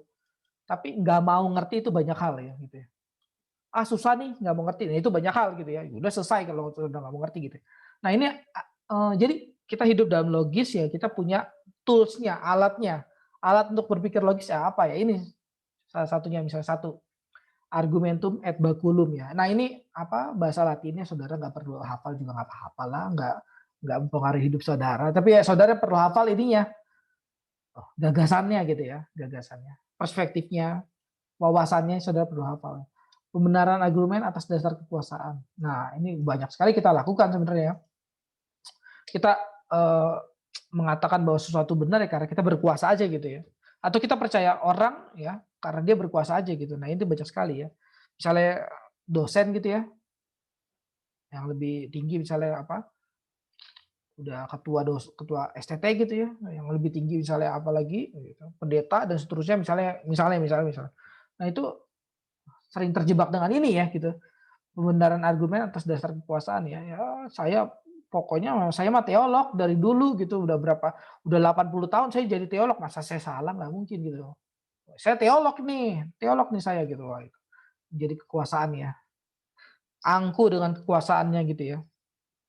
Makanya banyak orang ini ya, takut kehilangan kekuasaan gitu ya. Takut kehilangan tempat, posisi dan seterusnya. Itu kalau saudara tahu ya, orang tuh takut kehilangan posisi, kekuasaan dan seterusnya bukan hanya soal dia takut kehilangan kekuasaan gitu ya. Bukan ya. Orang kalau takut kehilangan kekuasaan, itu bukan hanya soal dia takut kehilangan kekuasaan, tapi soal banyak hal di dalamnya gitu. Dia mungkin takut kehilangan suara gitu. Dia nggak bisa bicara lagi dong. Saya bukan orang berkuasa lagi nih sekarang nih. Saya nggak bisa berkuasa lagi sekarang gitu. Nggak bisa berbicara lagi. Saya nggak dipercayai lagi sebagai benar karena saya nggak berkuasa lagi gitu. Jadi di belakangnya itu banyak ya. Kalau orang yang ini kehilangan, kalau orang yang takut kehilangan kekuasaannya. Nah ini bisa digali banyak hal dari sini ya. Tapi ya nanti kalau apa silakan ya. Tanyakan aja kalau nggak ngerti. Saya mau cepet aja ya supaya maksudnya ada hint-hintnya yang bisa ini ya. Kita supaya nggak terlalu lama juga. Nah ini argumentum ad hominem ya. Yang menyerang orangnya ya, bukan argumentasi. Ini dalam berdebat ya. Kita sering kali ya menyerang orangnya ya, bukan argumentasi. Jadi kita tuh nggak fair dalam, atau kita nggak logis ya gampangnya. Kita tuh nggak logis dalam berdiskusi gitu. Ya, karena kita orang ngomong ke A, saudara lihatnya B gitu. Nah ini maksudnya apa gitu. Orang tuh lagi ngomongin ini loh gitu. Terus saudara malah lihatnya orangnya gitu. Ah saya nggak suka sama dia pokoknya. Kalau saya nggak suka sama dia pasti dia salah lah pokoknya gitu. Ini kebalikannya dari ini ya. Kalau di sini saya percaya dia karena dia punya kuasa gitu. Saya percaya gitu. Kebalikan dari mau siapa kayak lu kalau yang nomor 2 ya. Mau siapa kayak lu orang berkuasa apa kayak lu gua nggak suka pokoknya sama lu pokoknya lu pasti salah gitu. Nah ini banyak orang kayak gini hidupnya ya. Nggak logis ya, nggak fair hidupnya ya. Jadi dia udah nggak bisa memisahkan antara perasaan dia dengan ya, perasaan dia, pendapat dia, ya, dengan kebenaran itu sendiri ya. Jadi kebenaran itu ditentukan oleh ya dia gitu. Tergantung dia suka orangnya apa kagak gitu. Makanya dia yang dipakai adalah menyerang orangnya gitu. Hati-hati ya saudara kalau melakukan hal ini gitu ya. Ini orang-orang yang hidupnya nggak logis. Ya, terus menyerang pilihan pribadi orangnya, ya. Misal agama ya. Ini banyak hal ya. Ada agama, ada ras, suku dan seterusnya ya. Yang pertama, ini sama ad hominem 2 ya, 1 dan 2 itu sama sebenarnya. Cuma yang ini lebih menjurus lagi ya. Kalau tadi kan saya nggak suka sama orangnya, pokoknya kenapa ya? Pokoknya pernah ada masalah misalnya gitu. Kalau yang ini saya nggak suka orangnya karena itu ras suku apa itu suku Cina ya, itu keturunan Cina saya nggak suka gitu. Dari mana? Ya, dari sini Pak, dari tadi. Ya, saya nggak suka pokoknya gitu. Nah, apa? Pokoknya dia begitu gitu. Pokoknya dia adalah ras suku ini gitu. Saya nggak suka gitu. Saya nggak suka orang Batak ah. Saya nggak suka orang Manado gitu. Suka makan kaki meja gitu misalnya. Kaki meja pun dimakan yang orang Manado misalnya gitu. Saya nggak suka gitu. Nah itu pokoknya ras tertentu ya atau suku tertentu saudara ini. Nggak, ini orang apa ya hidupnya tuh nggak sama sekali nggak logis loh gitu. Dia nggak sadar apa bahwa dia juga punya ini ya suku dan ras gitu yang orang juga bisa nggak suka sama dia gitu. Dia tuh pikir ya dia tuh penentu hidup orang gitu, penentu ras suku orang gitu, penentu agama orang gitu bahkan. Jadi kalau dia nggak suka tuh semua dunia harus nggak suka gitu. Padahal dia sendiri bisa dinilai dari itu ya. Dia sendiri akan kecewa kalau dinilai dari itu. Kita kan nggak bisa memilih ya, saya dilahirkan di mana gitu ya. Saya kalau mau dilahirkan saya mau pilih saya dilahirkan, saya nggak pilih di Indonesia lah, saya pilih di Amerika mendingan gitu ya. Di Inggris misalnya gitu ketemu misalnya pendeta John MacArthur gitu. Dibanding saya di sini Indonesia nggak jelas gitu misalnya gitu. Tapi kan kita nggak bisa pilih itu ya, dan yang kita nggak pilih itu alangkah celakanya gitu ya, orang nggak bisa memilih itu dan dihakimi berdasarkan itu gitu. Wah itu kan luar biasa kejam gitu ya. Dan kalau kita sendiri ya kalau dipakein ini gitu ya, kita sendiri akan kecewa loh gitu. Ini bukan hanya soal tidak suka ya, ada banyak orang tua misalnya nikah sama suku ini, harus sama suku ini, nggak boleh sama suku yang lain ya. Harus sama ini, orang ini pokoknya gitu. Waduh, kita kan nggak bisa ya dinilai dengan seperti itu ya. Itu juga bukannya kita yang menentukan kok gitu. Lagi pula akhlak itu nggak ditentukan dari mana kamu Jo, dari ras mana kamu kok gitu ya. Bukan itu kan gitu ya. Nah, tapi kita sering terjebak dengan itu ya. Ini argumentum ad ignoratium ya, pembenaran argumen karena belum terbukti salah. Nah ini ini lumayan sulit ya. Jadi ada banyak hal ya dalam hidup ini sebenarnya itu salah gitu ya. Yang kita lakukan itu sebenarnya salah gitu, tapi kita nggak ketahuan aja gitu. Kita nggak ketahuan pertama sama diri kita sendiri gitu atau sama Tuhan gitu yang ada kutip kita dikasih tahu gitu. Yang kedua sama orang lain gitu. Belum ada yang negor, terus kita pikir kita itu benar gitu. Nah, itu salah ya sebenarnya. Bukan berarti yang belum kita belum ditegur gitu, itu pasti benar ya gitu ya. Makanya dalam hidup ini kita penting untuk self counseling ya, self criticism ya, ngoreksi diri sendiri lah gampangnya, ngoreksi diri sendiri, counseling diri sendiri gitu ya. Sebelum orang lain tegur ya lebih baik kita coba pikir-pikir ya. Saya hari ini ada salah nggak ya? Konsep mana yang dalam hidup saya hari ini salah gitu ya? Kira-kira apa ya gitu. Nah, itu kita perlu seperti itu ya, memikirkan. Jadi kita sendiri punya apa ya?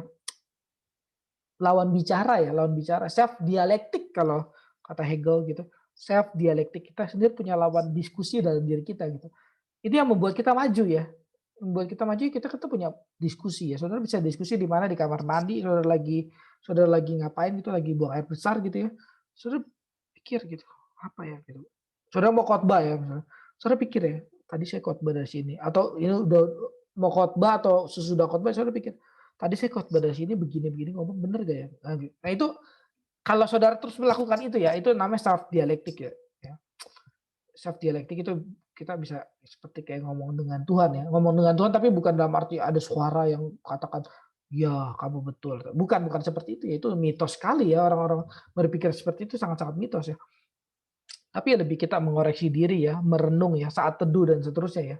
Saat teduh kan saya udah katakan ini seminar lalu ya, saat teduh tuh kita tuh seperti melihat diri kita di belakang gitu ya. Saudara baca buku terus melihat diri saudara dari belakang gitu ya. Oh, saya tuh begini orangnya ya. Ini kayak diceramahin dari atas gitu. Oh iya, saya begini. Saya nggak begini, saya begini dan seterusnya. Nah ini tapi ya ini ya, kita hati-hati bergerak dengan ya pembenahan argumen karena belum terbukti salah ya, hati-hati. Ya ini pembenahan argumen karena belas kasihan ya. Nah ini kadang-kadang kita kasih orang tuh jasanya kasihan nih gitu. Nah ini orang yang dominan di bapernya aja ya, perasaannya aja ya. Mengasihi sesuatu ke orang karena kasihan gitu ya. Tapi nggak logis gitu. Ya, ya jadi nggak logis ya, cuman karena kasihan gitu. Nah itu nggak benerin argumen orang karena kasihan gitu. Misalnya nanya juga karena kasihan. Aduh, nanya kasihan nih bapak ini nggak ada yang nanya dari tadi misalnya gitu ya. Kasihan saya tanya gitu. Tapi sebenarnya nggak pengen nanya gitu. Kasihan aja. Nah itu juga nggak boleh ya. Saya juga nggak kepingin banget ditanya kalau sudah gitu. Tapi ya kalau saya udah katakan tadi kalau orang bertanya, orang-orang belajar itu salah satu aspeknya ya, salah satu aspek itu bertanya harusnya gitu. Ya tanda kita kurang bertanya, ya mungkin tanda kita kurang belajar gitu, tanda mungkin saudara kurang perhatikan gitu. Gitu ya, ini aspek saudara mau ngerti itu harusnya bertanya dan seterusnya. Tapi ya kalau saudara tanya karena belas kasihan gitu, "Oh, kasihan nih bapak ini nggak ada yang nanya," gitu. Ya itu salah gitu. Itu nggak logis namanya gitu. Itu negatif lah ya di situ. Salah kaprah yang terus diulang ya. Kita punya salah kaprah yang terus diulang ya. Udah tahu salah ya, salah jadi kaprah gitu. Salah jadi kaprah. Kalau dalam filsafat itu ada ya salah kaprah ya. Ajaran mengenai Plato gitu ya. Plato itu ajarannya turun menurun apa disalah mengerti oleh buku-buku filsafat, ya terus aja diikutin terus sampai sekarang gitu. Padahal udah banyak kritik juga gitu ya, misalnya dari Martin Heidegger gitu, dari Gadamer gitu, itu ini ya banyak kritik. Bukan begitu, Plato nggak ngajar gitu gitu, tapi ya terus aja dilakukan gitu. Apa kalau sekarang kayak apa neoplatonisme di ini ya, Plato tuh ngajar dunia ini tuh jahat gitu. Ada dunia yang baik yaitu di surga ya, dunia ideal gitu. Siapa yang ngajar gitu? Plato harus apa kalau kata Plato, gua nggak perasaan nggak pernah ngajarin dualisme, kenapa tiba-tiba jadi dualisme ya? Tapi itu dijadiin kaprah ya, disalah kaprah mulu gitu ya. Mungkin tunggu Plato bangkit dari kubur baru ini ya, baru betul jadinya gitu.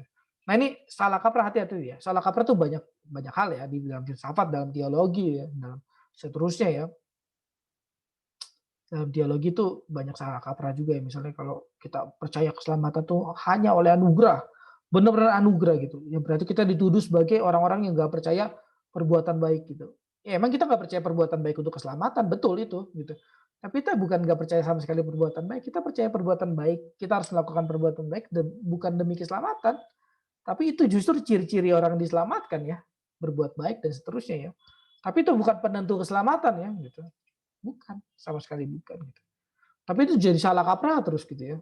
Ada orang salah kaprah lagi misalnya, kalau orang percaya predestinasi ya, predestinasi semua udah ditentukan Tuhan gitu ya. Pasti nih orang nggak percaya manusia punya kehendak bebas deh gitu. Itu salah kaprah ya.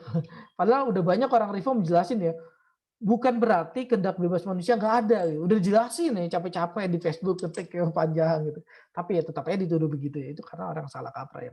Kalau kita orang Kristen ya, kadang-kadang Allah Tritunggal ya. Oh, lu punya Allah 3. Enggak, saya enggak punya Allah 3. Saya punya Allah yang 3 pribadi, tapi Allahnya 1. Enggak, Allah lu 3. Coba lihat, ada Allah, Yesus, Roh Kudus. Kagak, itu pribadi. Allahnya 1 gitu. Ini nggak mau tahu, salah kaprah terus diulangin terus gitu ya. Itu namanya orang yang salah kaprah dan terus diulang gitu ya. Kadang-kadang itu yang melakukan bukan kalau yang melakukan orang lain kita tahu, oh lu salah kaprah mulu lu. Tapi yang melakukan kita sendiri ke orang lain kita kurang peka kadang-kadang memang ya. Kita padahal juga sering melakukan ke orang lain tapi kita kurang peka. Kita memang lebih gampang lebih gampang tahu kalau kita disakiti ya. Jadi kalau waktu itu Pak Tong ada seminar ya. Terus dia bilang, siapa apa kasih pertanyaannya. Siapa yang dalam hidup ini apa sering disakiti gitu. Oh, ini ada ini anggap ya dari 5.000 orang acung tangan semua. Oh. Siapa yang dalam hidup ini sering disakiti? Kira-kira ya 4.980 orang lah gitu ya. Sisanya kenapa nggak ngangkat mungkin karena tidur gitu ya, bukan karena nggak ngangkat gitu. Wah gitu ya. Hampir semuanya ngangkat gitu ya. Terus ditanya kebalikannya ya. Siapa yang dalam hidup ini sering menyakiti orang lain? Yang angkat dikit ya. Gak peka soalnya ya. Yang ngangkat dikit itu kalau kata Patong ya saudara itu ya orang-orang yang justru ini ya bisa bertumbuh gitu ya. Karena dia sadar kalau menyakiti orang lain ya. Kita kalau disakiti peka banget. Tapi kalau menyakiti orang lain gak peka kita, saudara. Begitu gak peka. Kita kalau salah kaprain orang lain gak peka gitu. Kalau disalah kaprah, lu nuduh gua mulu, fitnah gua mulu, kita peka banget ya. Kalau dituduh orang lain, disalah mengerti orang lain, tapi kita nggak peka ya kalau kita menyalah kita mensalah mengertikan orang lain gitu nggak peka ya. Nah itu karena kita ya ini nggak lurus, nggak logis pikiran kita gitu. Ya, strawman ya. Strawman ini orang-orangan sawah ya, membuat argumen sendiri dan menolak ya, bukan perhatikan argumen lawan dan menentang argumen itu ya. Jadi ada orang-orang yang berpikir ya ketika bahkan belajar pun ya, dosen udah capek-capek ngajar ya. Ya pokoknya yang di dalam otaknya itu aja. Pak, jadi Bapak tadi mengatakan ini. Kata dosen, bukan, yang saya katakan bukan itu, tapi ini. Ya kalau ini berarti begini dong Pak, ya pasti ini dong Pak gitu. Jadi dia buat argumen sendiri, terus dia tanya sendiri, dia jawab sendiri, dia bantah sendiri gitu. Saya tahu ya, ada orang-orang kayak gitu. Tanya sendiri, jawab sendiri, bantah sendiri gitu. Karena nggak pernah memperhatikan kata-kata orang lain gitu. Yang diperhatikan bukan kata-kata orang lain, tapi ya ini. Kalaupun perhatikan kata-kata orang lain untuk membantah saja gitu misalnya. Nah itu berarti orang-orang yang nggak pernah bertumbuh ya. Just bantah. Bantahnya pun tidak dialektik gitu. Bantahnya pun pakai bantahan yang lain gitu. Bantah yang tidak pernah dikatakan gitu. Nah saya nggak pernah ngomong ini kok. Ya, itu dibantah sama dia ya. Berarti kan bukan belajar namanya itu ya. Ada hasty generalization ya. Ini yang tadi saya katakan ya. Oh, ya nggak semua manusia kok begitu gitu. Ya nggak semua anak STT kok begitu. Karena kita nggak boleh hasty generalization ya. Generalisasi yang tidak pada tempatnya. Kita nggak boleh ya kayak gitu ya. Semuanya. Anggap semua pengkhotbah sama aja lah gitu. Khotbah buat cari uang aja gitu. Misalnya gitu ya. Semua pendeta sama aja lah. Doyan perpuluhan aja gitu. Pikirin jemaat mah kagak gitu. Itu salah ya saudara. Nggak boleh hasty generalization gitu ya, nggak boleh ya. Saudara nggak boleh anggap semua pendeta bajingan ya, hanya karena banyak pendeta bajingan ya. Hanya karena banyak pendeta yang cinta uang gitu ya. Saudara nggak boleh gitu ya. Saudara juga nggak boleh kebalikannya ya, saudara yang dosen gitu atau ya. Saudara nggak boleh anak STT mah goblok-goblok semuanya sama aja cuman cari gelar doang gitu ya. Hanya karena beberapa anak STT yang cuma cari gelar gitu ya, malas mikir dan seterusnya, nggak boleh gitu ya. Itu namanya generalisasi yang tidak pada tempatnya gitu ya. Saudara nggak boleh, bahkan generalisasi apapun ya, binatang pun saudara nggak generalisasi harusnya ya. Semua anjing mah sama aja, misalnya gitu. Nggak boleh ya, bahkan anjing aja beda-beda kok. Anjing aja bisa beda-beda loh. Masa saudara manusia saudara samain gitu ya, aneh-aneh juga ya. Jadi generalisasi yang tidak pada tempatnya itu salah ya. Nah ini pertanyaan yang membingungkan dan tidak konsisten ya. Banyak orang ini ya nanya tapi nggak konsisten gitu ya. Jadi ketika Pak saya nanya gitu, oke, dia nanya, begini. Terus ya akhirnya kita buat kesimpulan dong. Maksud pertanyaan kamu begini ya gitu. Bukan Pak, bukan begitu. Maksud saya begini. Iya berarti begini kan? Bukan Pak gitu. Nah, itu karena banyak orang ya ini nggak konsisten ya. Pertanyaannya aja nggak konsisten, apalagi hidupnya ya. Pertanyaannya aja nggak konsisten, apalagi hidupnya gitu. Ketika dibilang ini bukan, gitu ya, itu nggak konsisten. Berarti dalam emosinya, dalam logikanya ada konslet gitu ya. Ya itu yang membuat nggak konsisten. Menyambungkan kejadian-kejadian yang tidak tentu benar. Nah ini banyak sekali ya. Kita juga sambungin aja yang nggak tentu benar, tapi kita sambungin ya. Misalnya apa ya? Itu Pak, saya diberkati Tuhan Pak kemarin Pak. Saya mau pelayanan nggak telat Pak. Karena apa misalnya? Wah, saya berdoa Pak. Moga tidak macet. Bener Pak gitu. Emang Tuhan sayang sama saya Pak gitu.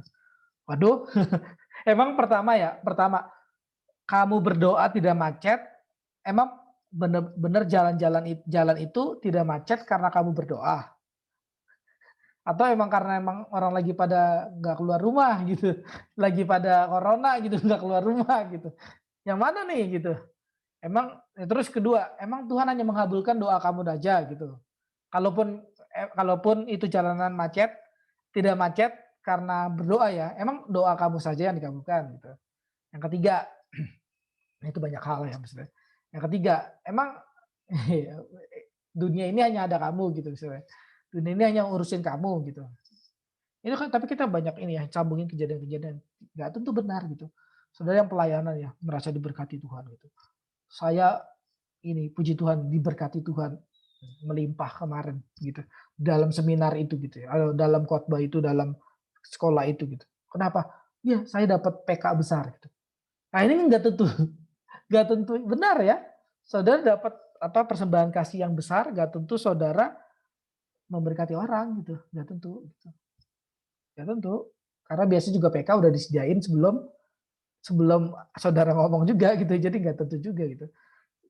Saudara, saya memberkati orang, itu banyak yang ketawa sama saya, yang suka sama saya, nggak tentu benar. Banyak yang ramah dengan saudara, nggak tentu saudara memberkati orang, bisa aja dia munafik semua ya mereka ya. Bisa dong gitu. Jadi kejadian-kejadian yang nggak tentu benar ini, ya tolonglah dipikirkan secara logis gitu ya. Jangan pakai positive thinking terus gitu, atau negative thinking terus gitu ya. Kebalikannya ya. Kebalikannya supaya saya nggak jomplang juga ya, supaya imbang. Ini apa semua orang nggak suka sama saya gitu di STT Stars Club misalnya, nggak semua nggak. Kenapa Pak?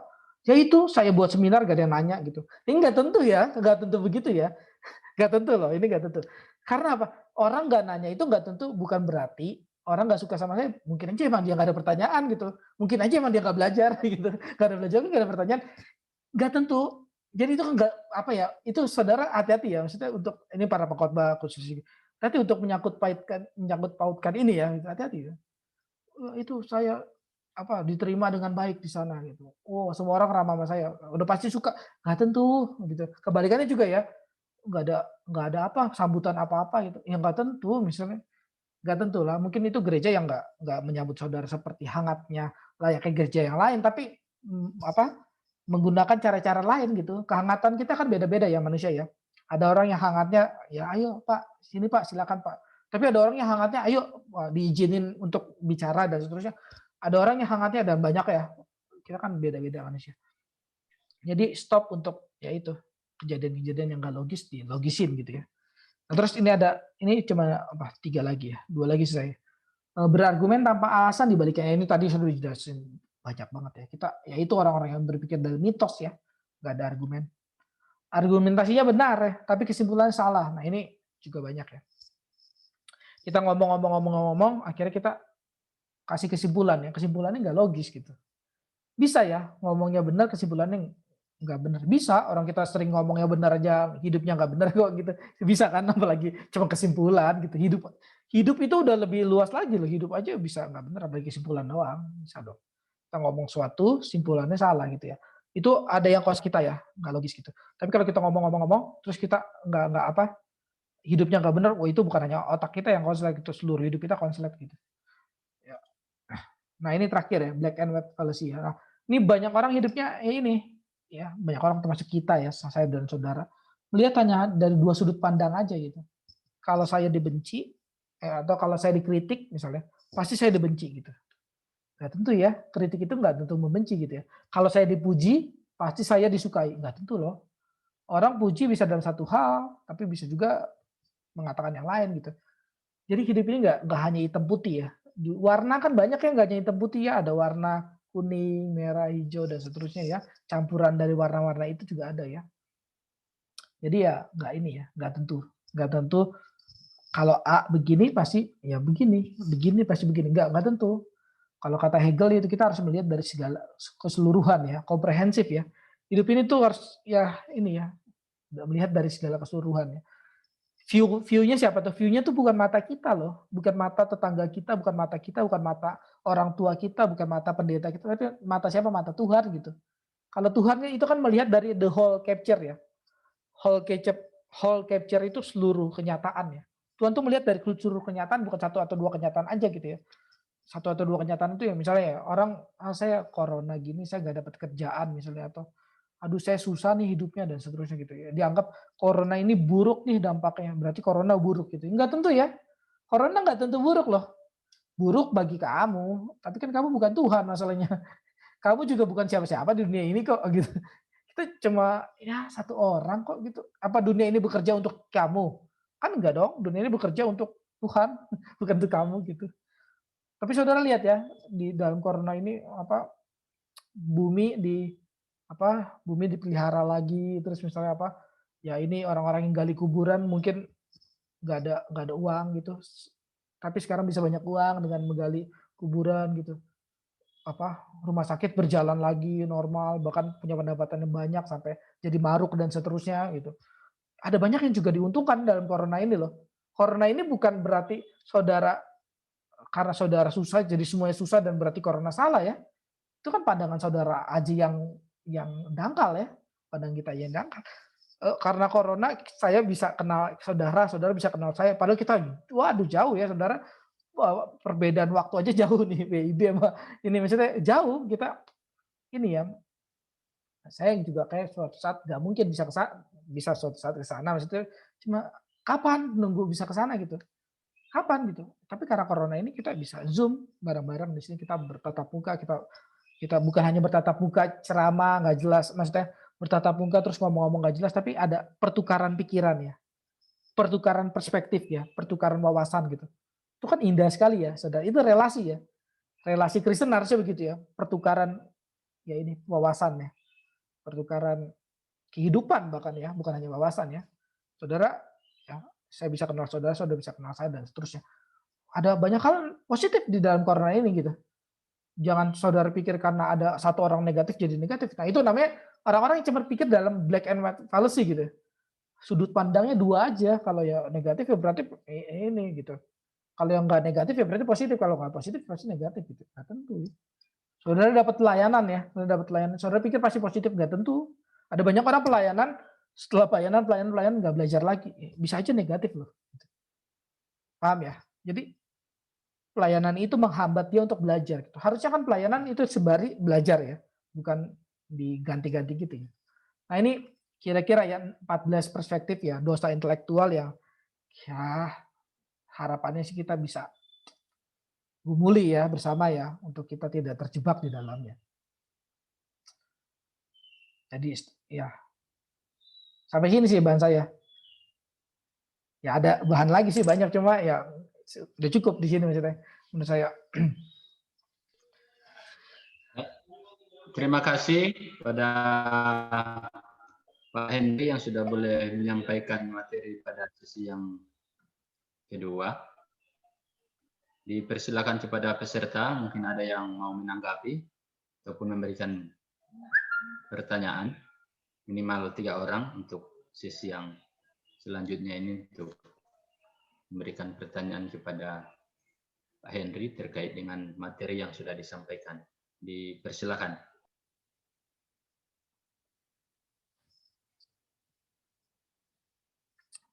Ya itu ada di chat ada ya pertanyaan sama ya di chat Pak Amos ya.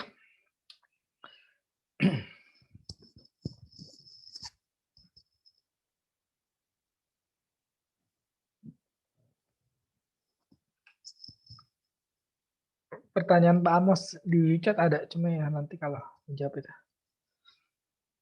Pak Amos katakan ini ya, pertanyaan Pak, logika itu apa gitu pertanyaannya.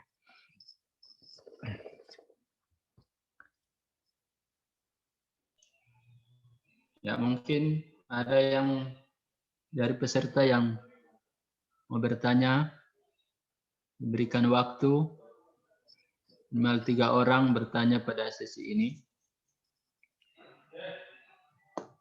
Kalau dari peserta belum ada, mungkin saya yang mengawali. Saya ini ya Pak, jawab ini dulu ya Pak, yang Pak Amos nih. Pak Amos, Silakan. Pak Amos tanyakan logika itu apa ya? Ya logika itu ya ini ya, berpikir logis dan seterusnya itu logika ya. Logika itu lebih kepada ini ya, cara memutuskan sesuatu ya, untuk kita berpikir logis dan seterusnya, untuk kita ya hidup dengan logis ya. Ya sebenarnya logika ya, dari tadi saya ini ngomong gini ya, kalau pertanyaan apa itu logika ya, logika itu bukan mitos gitu misalnya, bukan hidup dalam mitos dan seterusnya itu. Ya logika itu ya pikiran-pikiran kita yang dibangun harus dengan logis dan seterusnya ya. Silakan ya, ini apa mau resen Pak? Ada resen tadi? Bisa mute sendiri kan? Mute sama unmute sendiri. Pak Amos. Ya, halo, selamat siang. Minta maaf belum bisa open cam, lagi kurang kondusif. Oke. Terima kasih Pak Henry, saya melihat Facebook Bapak sehingga bisa join saat ini. Dan saya pikir ini sebenarnya yang sangat mengenai pertanyaan saya tadi Pak, masalah logika. Jadi terima kasih Bapak sudah jawab. Nah, tapi muncul lagi nih Pak pertanyaan saya. Bagaimana kita memastikan bahwa logika kita itu adalah benar-benar benar? Terima kasih Pak Henry. Oke. Ya, kalau logika kita benar-benar benar ya berarti harus diceknya dengan sebenar-benarnya gitu. Maksudnya kita pengen hasil yang baik, ya harus cek dengan yang baik juga gitu. Ya sering-seringlah koreksi diri gitu.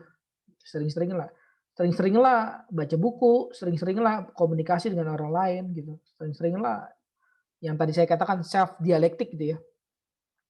Saya benar gak tadi ya gitu ya. Itu sering-sering mempertanyakan itu ya gitu.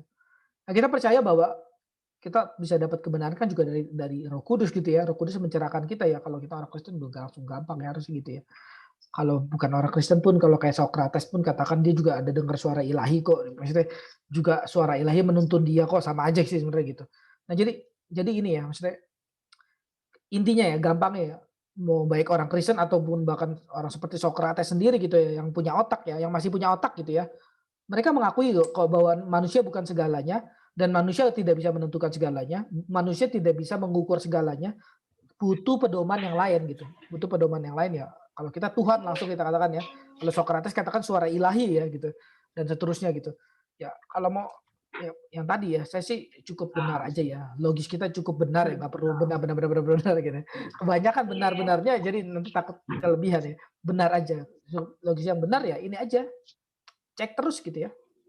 Cek terus sampai benarnya jadi benar gitu. Kita kan logisan kita gini ya. Kita kalau hidup misalnya gini. Saudara hidup, nah ini baru boleh gambar segitiga ya. Objektif kita kan beda-beda ya. Ada orang saudara, kita kan kalau apa ya, di sini ya, kita anggap kita udah bagus nih hari ini hidupnya gitu, udah kudus gitu. Tapi sebenarnya masih di sini kudusnya gitu. Tapi ada orang yang hidupnya kudusnya di sini gitu, kebalikannya gitu. Yang mana yang lebih baik? Nggak tentu yang di sini, tergantung mulanya dari mana saudara dikasih Tuhan gitu. Saudara punya talenta berapa dikasih Tuhan gitu loh. Kalau yang 10, kalau yang 5 kan jadi 10 kan. Yang 5 kalau jadi 7 jadi jelek dong gitu. Jadi kan hidup kita kan awalnya tergantung di mana ya, dikasih Tuhannya ya gitu. Kudusnya di sini ya tergantung mulainya dari mana, mulainya jangan dari sini. Tipis banget mulainya dari sini.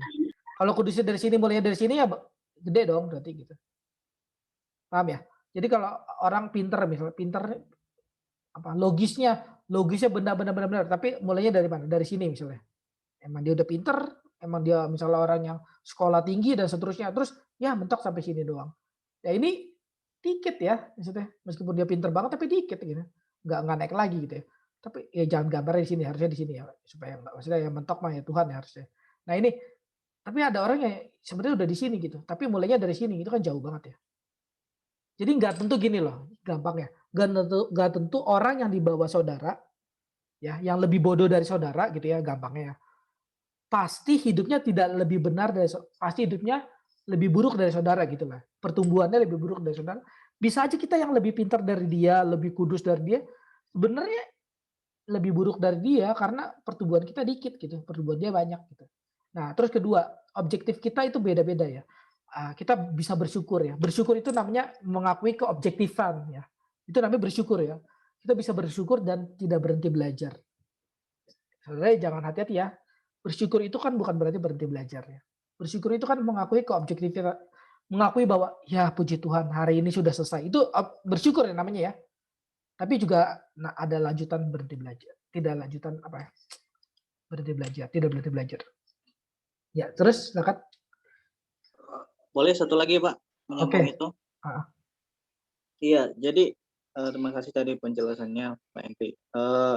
Lalu bagaimana hubungan antara logika dengan logos, Pak? Ya, logika itu lebih kepada ini ya, Pak, apa struktur berpikirnya, apa bangunan-bangunan. Kalau logos itu perkataan-perkataannya, maksudnya ya sebenarnya sih itu apa ya enggak ini ya, enggak terpisahkan lah ya. Kalau logos itu kan perkataan-perkataan. Logos itu kan kata-kata kita ya, logos ya, Tuhan Yesus. Iya. Firman-Nya kalau. Karena Hmm. karena Yesus kan disebut dengan logos. Ya. Tapi kita harus bedain antara misalnya juga ini ya, logos dalam arti pelajaran logika sama logos dalam arti Yesus ya. Tapi meskipun tadi saya juga katakan yang Yesus ya. Logos dalam arti logika itu ya ini kembali bukan Yesus ya. Logos dalam arti logika kan kita pelajaran logika umum ya, maksudnya bukan nggak harus ada Yesus kan. Maksudnya orang luar kan ya masa logosnya Yesus bukan dong. Kan yang orang percaya aja yang logosnya Yesus. Tapi kalau orang-orang luar ya logosnya ini punya tindakan alasan-alasan yang baik di belakangnya gitu ya. Nah itu logos dalam arti itu ya. Jadi logis gitu. Logis itu sama kayak logis. Oke ya. Ini ada siapa? Diketik ya Pak. Ini Pak Nelson. Ada banyak diketik ini. Iya, dari Frili Tampe Mawa. Dari mana kita memiliki kepastian logika apabila kita sebagai manusia tidak bisa memeriksa kebenaran di seluruh alam semesta dan tidak hidup kekal? Gampang, jawabannya dari Tuhan. Dari Alkitab banyak. Dari literatur, ya, dari buku-buku yang kita baca. Jadi ini apa ya? Tapi ini bagus ya pertanyaannya. Maksudnya ini berarti kan mengakui keterbatasan manusia itu berarti udah bagus gitu. Maksudnya udah, oh iya betul ya. Kita kan nggak bisa tahu segala hal karena kita terbatas gitu. Itu udah bagus ya. Itu satu step maju ke depan. Ya tapi ingat di dunia ini bukan hanya ada kita gitu ya. Ada orang lain gitu. Kita bisa belajar daripadanya gitu. Ada Tuhan bahkan gitu. Ada Alkitab gitu. Ada buku-buku yang sudah ditulis ratusan tahun itu yang memberkati kita gitu. Dari mana kita tahu kita salah apa benar ya? Kita baca buku gitu misalnya. Baca buku, baca Alkitab, dengar khotbah, dengar seminar, salah satunya Freely datang ke ini seminar, pasti ya tahu dong. Freely yang tadi saya ngomongin pasti misalnya ada kayaknya ada yang salah di sini. Itu kan akhirnya koreksi diri ya. Dengan Freely tanya tadi aja bagaimana kita tahunya benar. Itu kan berarti ada mau koreksi diri. Itu aja kan bisa ini ya. Terkonfirmasi gitu. Ya. Dari banyak hal kata Bang. Ya, pertanyaan selanjutnya dari Presilia Octaviana.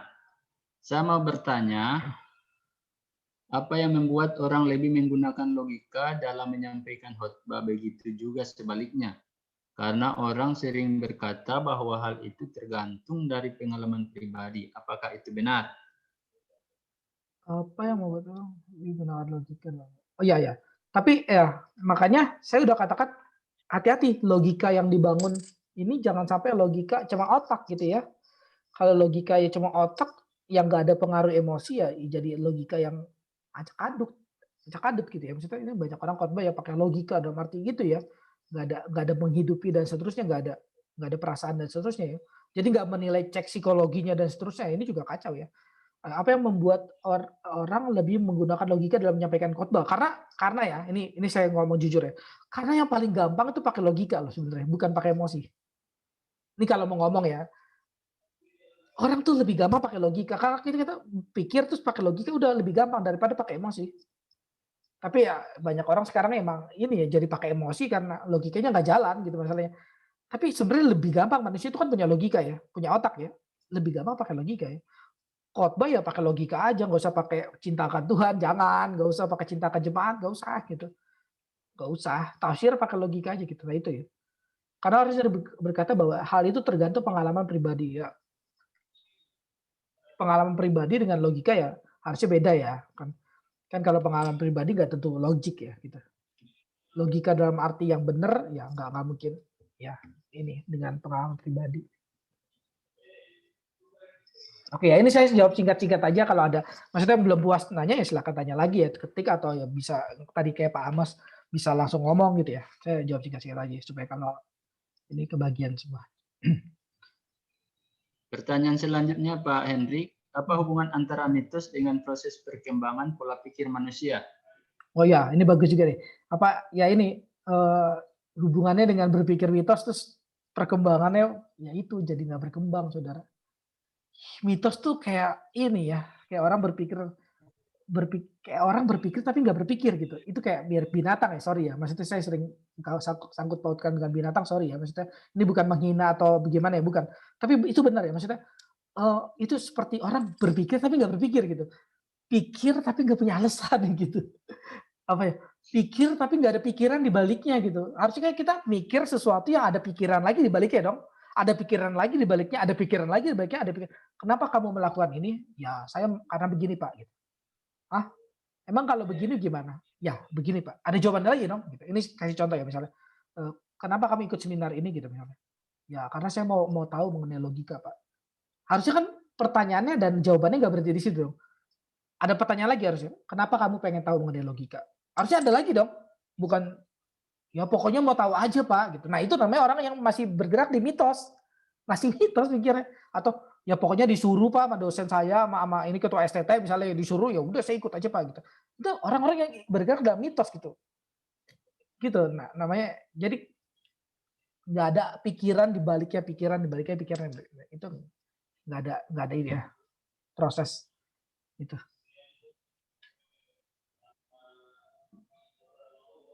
Kemudian pertanyaan selanjutnya, apakah perasaan dan emosi itu selalu tergantung pada logika? Oh ini ya. Yang mana Pak? Oh ini ya bawah ya Ustaz. Apakah perasaan dan emosi itu selalu? Ya dua-duanya bisa saling ketergantungan ya tadi yang saya katakan ya. Apakah perasaan dan emosi itu tergantung pada logika, itu betul. Tapi juga logika tergantung pada emosi ya. Ini saya katakan tadi dua-duanya ya.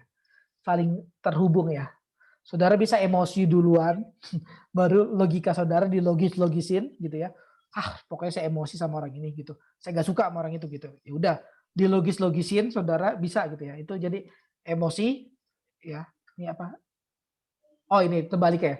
Saudara bisa punya logik duluan gitu, baru ya emosi saudara ditaruh ke sana gitu. Logik kayaknya orang ini bagus deh misalnya. Dari pengajarannya bagus nih orang gitu. Saya suka sama dia. Emosinya baru ditaruh kan gitu. Yang ini yang saudara ini. Itu betul. Ini orang ngajarnya bagus nih gitu. Ini orang pinter nih. Saya suka sama dia. Nah itu emosinya ditaruh di belakang kan. Tapi bisa juga emosi ditaruh di depan gitu. Saya nggak suka sama dia gitu. Atau saya suka sama dia banget nih. Padahal sih pengajarannya hancur saya tahu. Tapi ya udahlah saya suka sama dia pokoknya gitu. Itu emosinya taruh di depan, logiknya di belakang. Kebalikannya bisa ya. Kan saya udah katakan manusia itu bukan hanya budak emosi ya. Bukan hanya budak kehendak, bukan hanya budak logika, tapi manusia itu punya budak banyak hal gitu ya.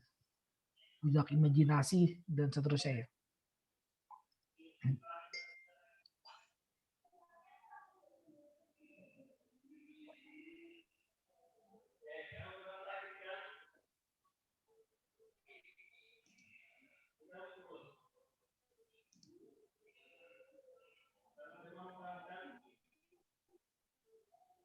Ya mungkin masih ada yang bertanya. 1-2 orang lah. Karena waktu kita sudah semakin mepet, mungkin masih ada yang mau bertanya. Dipersilakan.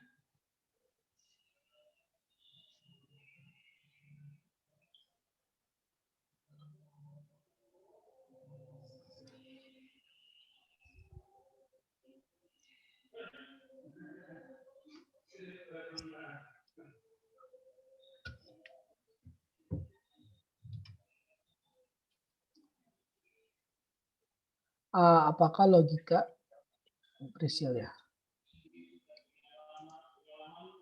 Iya. Priscilia Octaviana. Apakah logika dapat berjalan bersamaan dengan iman? Pastinya dapat ya. Maksudnya kalau logika yang benar harusnya justru berjalan dengan iman ya. Termasuk iman yang benar ya. Iman yang benar harusnya pakai logika gitu ya. Iman yang benar kan bukan iman yang membabi buta ya, tapi iman yang dipenuhi dengan pertimbangan Alkitabiah ya. Iman yang sejati kan harusnya dipenuhi dengan pertimbangan Alkitabiah ya. Alkitab ngomong bagaimana sih, saya harus lakukan apa sih? Itulah yang saya imani gitu. Harusnya gitu kan ya. Yang saya lakukan adalah yang saya imani, adalah yang saya percayai dari Alkitab gitu. Pertimbangannya dari Alkitab gitu. Itu ini ya, yang logik ya harusnya saya imani juga ya. Logik dalam arti dari Alkitab gitu ya. Logik bicara di situ ya. Yang fair ya, yang baiknya menurut orang Kristen gimana sih gitu. Itu yang fair aja, yang logis gitu ya. Yang logis menurut orang Kristen hidup tuh bagaimana sih? Oh, bisa berkorban. Itu dari Alkitab kan? Ya berarti kita lakukan. Yang fair menurut orang Kristen hidup bagaimana? Ya itu banyak hal. Ya boleh, maksudnya ya betul Pak Purnama, boleh minta izin. Oh ini mungkin apa dikunci ya? Apa ininya? Kayaknya tadi bisa buka mic juga kok. Kayaknya semuanya tadi. Silakan ya, maksudnya ya kalau mau ngomong langsung boleh ya. Ya, jadi iman mempengaruhi logika pasti dan logika iman di dalamnya ada logika pasti ya, dan logika di dalamnya harusnya pakai iman ya, jangan cuma logika doang ya. Akhirnya jadi pinter untuk minteri orang gitu ya kalau cuma pinter logika. Bukan pinter untuk mengajar, bukan pinter untuk menjadi berkat, bukan. Tapi untuk minteri orang gitu. Nah itu namanya orang-orang yang cuma pakai logika gitu.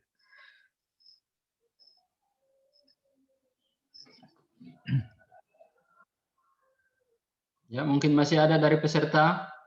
Dipersilakan bisa juga langsung bertanya atau melalui chat. Dipersilakan.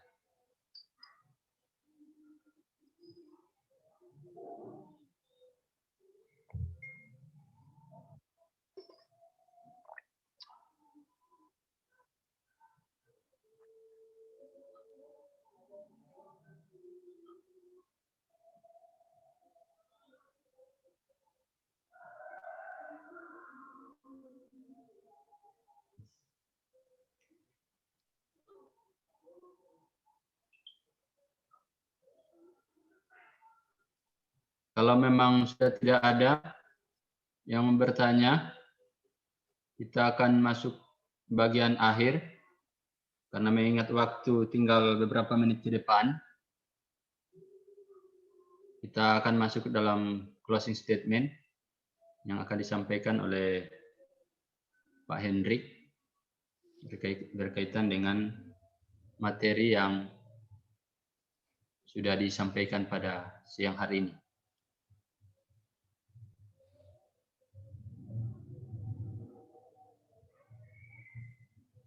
Tapi ini masih ada satu pertanyaan dari Presidia sebelum masuk di closing statement.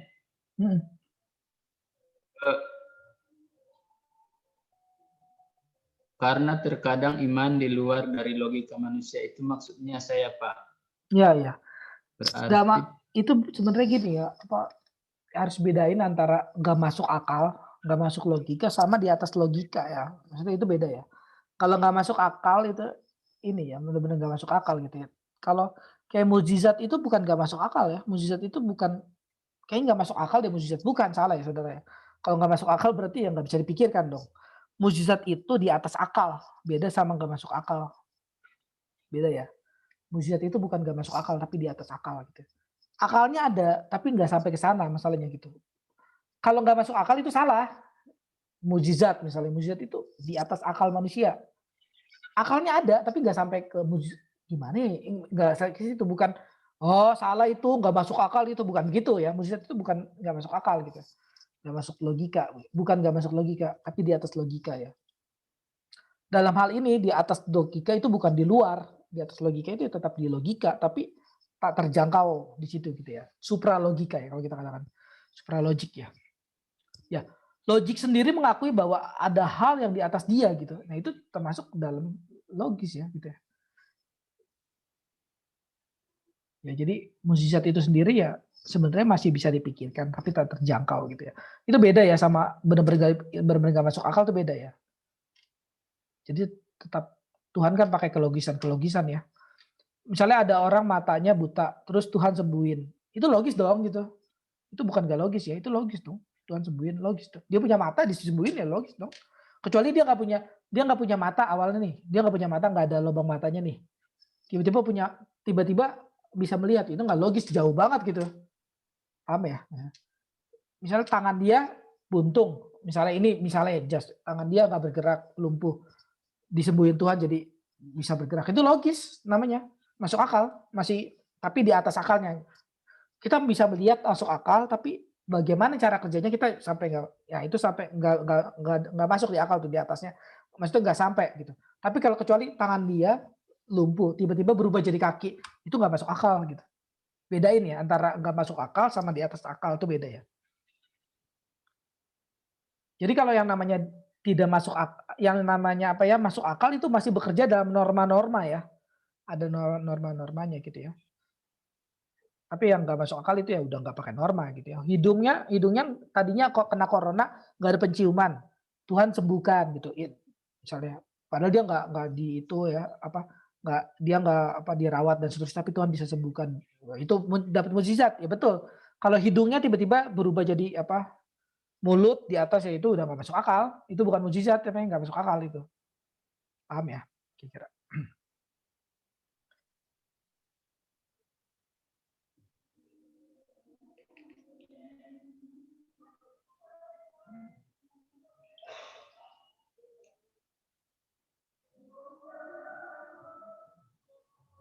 Bapak Ibu, saudara-saudara peserta webinar yang berkati Tuhan, karena mengingat waktu kita sudah hampir habis, tinggal 5 menit lagi.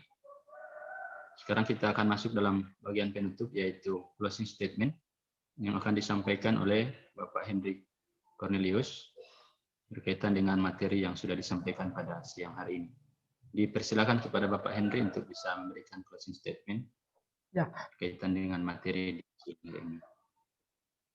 Ya, oke. Ya, closing statement-nya singkat aja sih.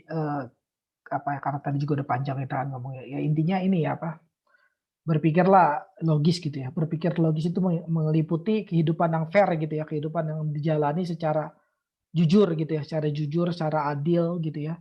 Bukan kehidupan yang menipu diri ya. Menipu diri kita suka menipu diri ya kehidupan kita.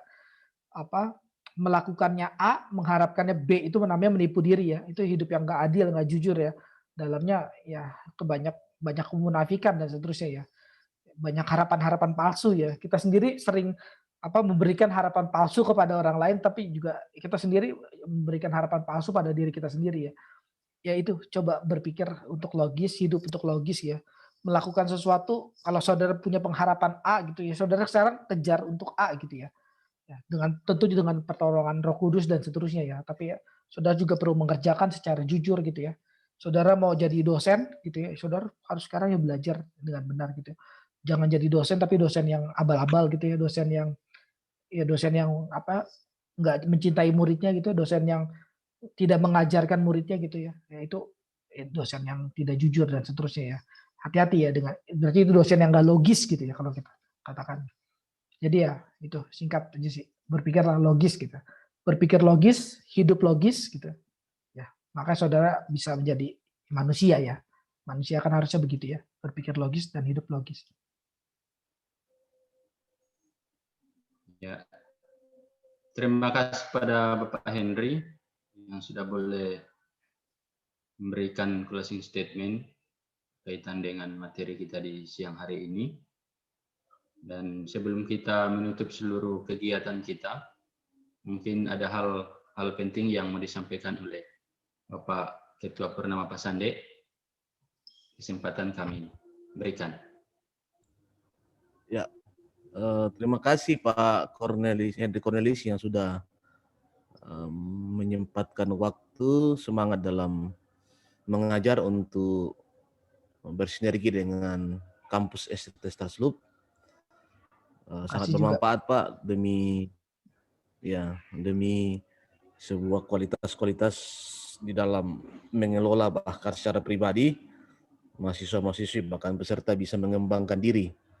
Ini bagian daripada ilmu yang luar biasa sekaligus menstimulus kita semua dalam menjalani kehidupan yang logis gitu.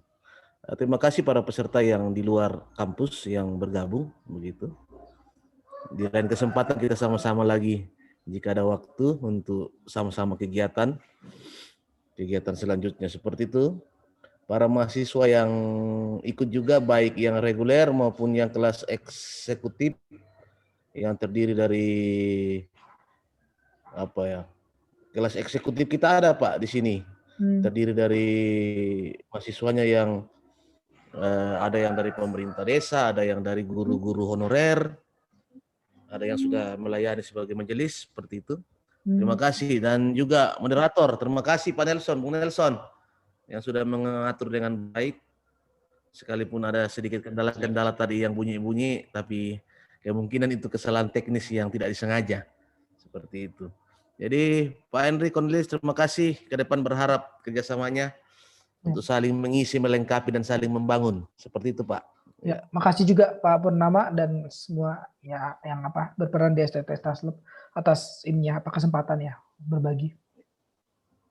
Baik, ya silakan Pak Nelson, lanjut.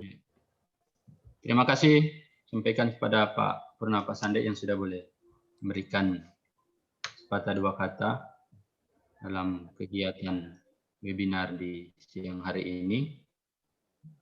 Kami juga menyampaikan terima kasih kepada pemateri Bapak Henry Cornelius yang sudah boleh menyampaikan materi berkaitan dengan logika di siang hari ini. Kiranya materi yang sudah boleh disampaikan itu boleh membawa dampak positif dalam kehidupan kita dimanapun kita berada dan berkarya. Terima kasih juga kepada para peserta webinar yang sudah boleh meluangkan waktunya untuk boleh mengikuti seminar yang sudah dilaksanakan di siang hari ini. Kiranya kebersamaan kita akan terus berlanjut di masa-masa yang akan datang. Kita akan mengakhiri seluruh kegiatan kita. Sebelum itu kita akan berdoa. Untuk itu mari kita satu dalam doa, kita berdoa. Terima kasih Tuhan, di siang hari ini kami bersyukur oleh karena kebaikan Tuhan dalam kehidupan kami, sehingga kami boleh mengikuti seminar tentang logika yang sudah boleh disampaikan oleh Bapak Henry. Kiranya setiap materi yang sudah kami terima, dapat kami pahami, dan lebihnya lagi kami jadikan pedoman dalam kehidupan kami. Kau memberkati kehidupan kami secara bersama-sama, yang sudah boleh mengikuti webinar di siang hari ini. Terima kasih Tuhan, kami akhiri kegiatan kami. Hanya di dalam nama Tuhan Yesus kami datang berdoa, haleluya. Amin. Amin. Terima kasih. Ya, salam sehat. Ya, salam hormat buat kita semua. Ya, terima kasih semua. Salam sehat juga. Iya. Terima kasih. Terima kasih. Kita Surabaya tuh sudah dilupa. Ya, Pak? Masih Surabaya, Pak. Oh. Makanya saya lihat ada Nelson